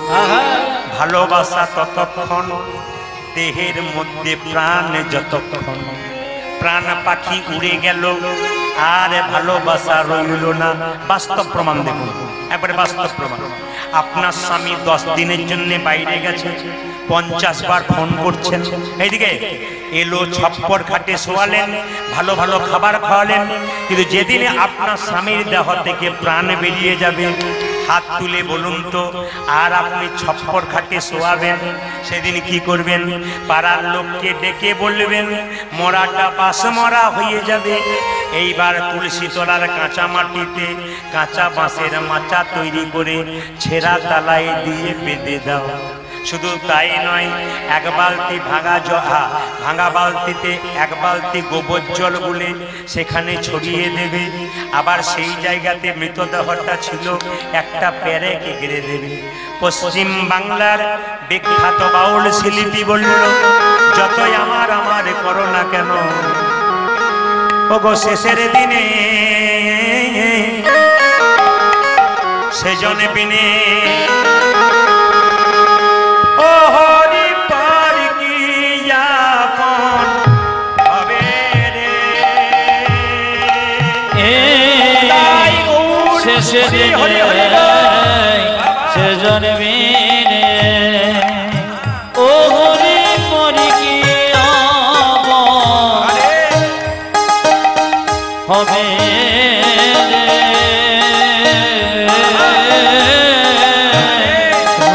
শেষের দিনে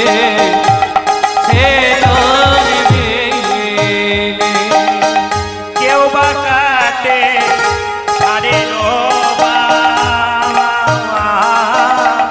কেউ বা পাতা দড়ি রে, ওই দেখি কেউ মাতানে অতীব সত্য কথা।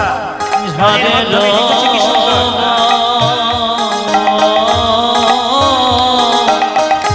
কেউ পাকাই দড়ি কেউ বা কাটে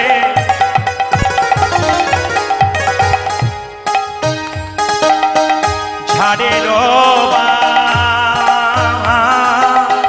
কেউ বা পাতায় দড়ি রে, কেউ বাটে হরে রুমা আবার কেউ বা পাকাই দড়ি রে হারে কাঁধে নিয়ে চার কাঁধ চার কাহারে কাঁধে নিয়ে চার কাঁধে ওগো বলবে হরি বলবে হরে হরে গো বলবে হরি হরি গো, বলবে হরে হরে গো বলবে হরি হরি গো। আজ শেষে দিনে সেজন বিনে। বলুন তো মায়েরা, এই সংসারে কেউ মারা গেলে 2-4 দিনের জন্য সবাই কাঁদে, একজন সারা জীবন কাঁদে যদি বেঁচে থাকে। বাবা মা কাঁদিবে, বাবা বাছা ভগ্নি কাঁদে, ভাই রে নিতাই গৌর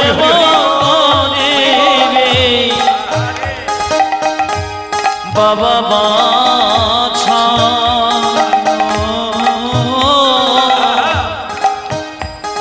আমার ভগ্নি কাঁদে ভাই রে। মা কাঁদিবে, বাবা বাছা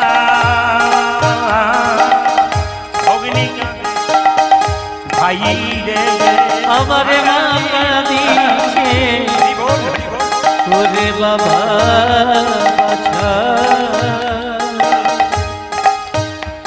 আবার ভগিনী কাঁদে ভাই রে। আবার ঘরের মনি কাঁদে, আমার কে গোমারে তাই গৌর হরি বল, হরি বল, হরি বল।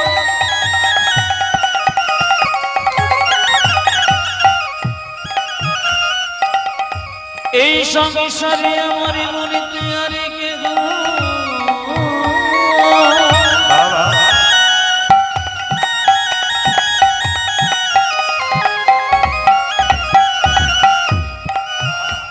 আরে কে গো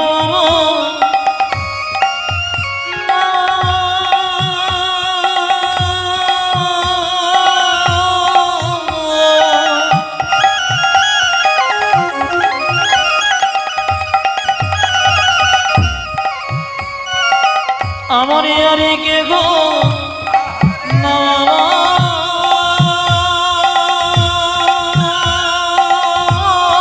হরি বল, হরি বল।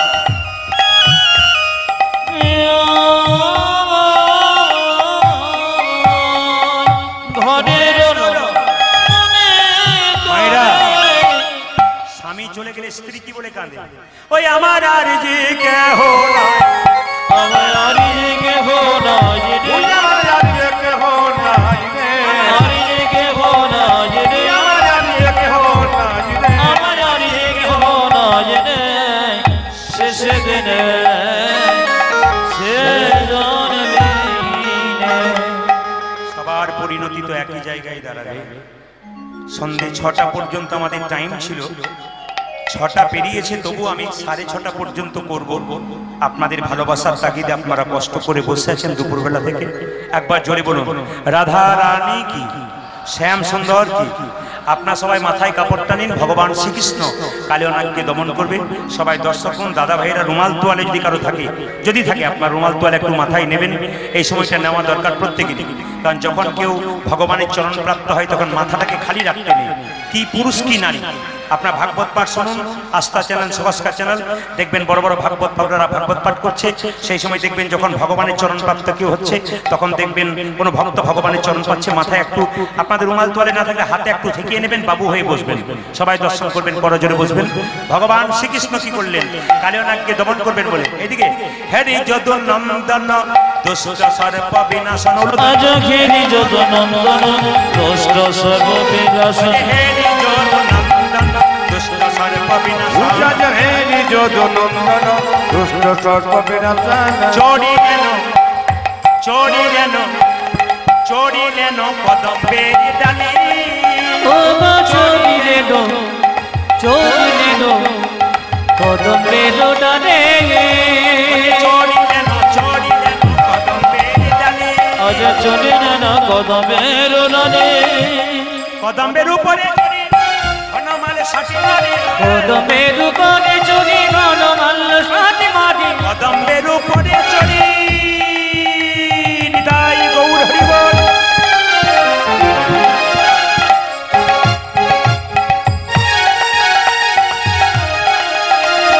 কদম্বের উপরে চলি ঘনমাল সাথী মারি, কদম্বের উপরে চড়ি ঘনমালে সাথী মারি, ওই কদম্বের উপরে চলি ঘনমাল সাথী মারি, ঝাঁপি দিলেন ঝাঁপি দিলেন ঝাঁপি দিলেন কালী দহ জলে উজাজে যাবি দিনের কালি দহ জলে ঝাঁপি দিলেন কালি দহ জলে তবে ঝাঁপে দিলেন কালি দহ জলে কারো দর পড়া খেনা রে কারো দরে পোড়া কিনারে কারো দর পড়া খেনা উজাজে কারো দর পড়া কিনারে হরি প্রাণ গোবিন্দ কারো দর পড়া খেনা তবু তোর পাহাড়ি প্রাণ গোবিন্দ কারো দর পোড়া কিনারে হরি প্রাণ গোবিন্দ কারো দর পড়া খেনা রে হরি পাহাড়ি প্রাণ গোবিন্দ পড়া খেনা রে তোর পাহাড়ি প্রাণ গোবিন্দ কারো দর পড়া কিনারে কারো দর পোড়া কিনারে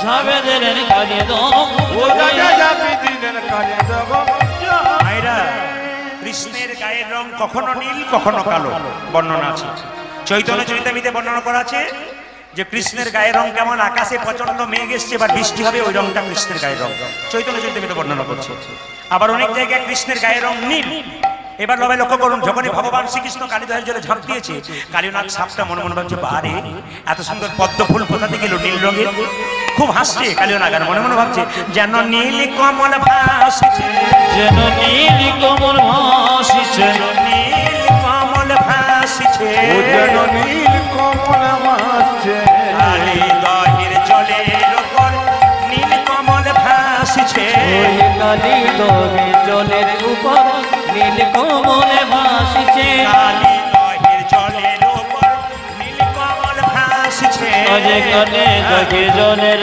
উপর নীল কমল ভাসিছে দিকে তাকান, মনে মনে ভাবছে নীল পদ্ম ভাসছে আর সবাইকে তো আমি দংশন করি একে কি করব মজা করব একে পুচ্ছতে জড়াবো একে পুচ্ছতে জড়াবো একে পুচ্ছতে জড়াবো ওকে পুচ্ছতে জড়াবো দংশন করব না ভাই পুচ্ছতে জড়াবো একে দংশনে করব না ভাই পুচ্ছতে জড়াবো দেখে নিন বলছে যার যেমন স্বভাব সে তো করবে কয়লার ময়লা যায় না ধুলে স্বভাব যায় না মূলে আপনারা জেনে নিন নিম পাতাকে যতই মিষ্টি রসে ভেজান যতই মিষ্টি তার তেতো যায় জেনে বলুন নিম পাতাকে যতই মিষ্টি যার যেমন স্বভাব ওকে যতই ভালো কথা বলুন ও কিন্তু করতে ছাড়বে না তখন কালিয়া নায়ক মনে মনে বলছে আমার স্বভাব তো ভালোবাসা নয় প্রেম দেওয়া নয় আমি দংশনই করব রে আমি দংশনে করব রে দংশনই করব রে ওই আমি দংশনে করব রে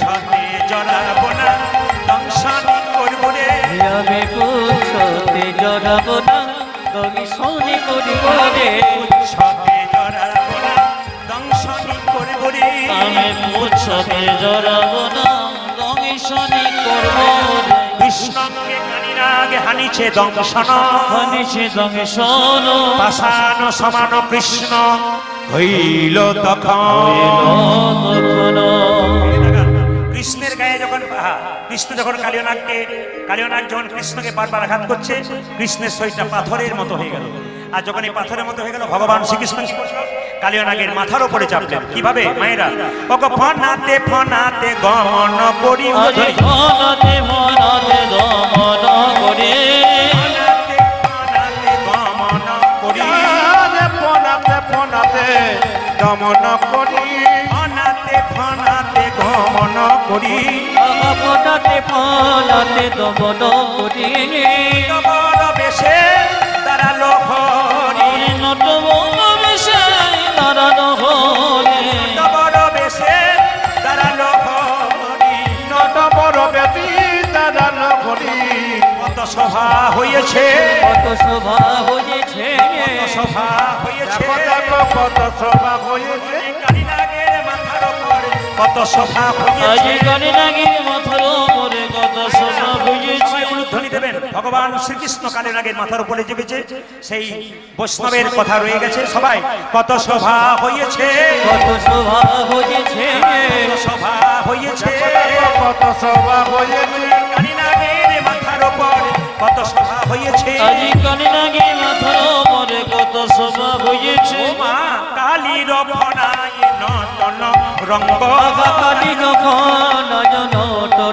রঙ্গ কালীর ফনায় নটন রঙ্গ উজার কালীর পনায় নট রঙ্গ হেরি তনু জানো জীবন সঙ্গ ওগো ঘেরি তনু জানো জীবন সঙ্গ হেরি তনু জানো জীবন সঙ্গ ওগো ঘেরি তনু জানো সঙ্গ বিশুদ্ধিকার করিছে বিশ্বগান করিছে বিশুদ্ধিকার দেখো করিছে দেখো বিশুদ্ধিকার করিছে গোবিন্দের চরণ তলে বিশুদ্ধিকার করিছে ওই গোবিন্দের চরণে তলে বিশুদ্ধিকার করিছে গোবিন্দের চরণ তলে হরি হরি হরি বল ও গোবিন্দের চরণ তলে হরি হরি হরি হরি বিশ্বগান করিছে হরি হরি হরি আজ বিশ্বগান করিছে হরি হরি হরি আজ বিশ্বগান করিছে হরি হরি হরি বলে বিশ্বগান করিছে আমি সংক্ষেপেই বলে দিই পরবর্তী দল সম্পা এসেছে আপনারা কীর্তন গান শুনবেন আপনাদের কাছে নিবেদন রইল যে যেখানে বসে আছেন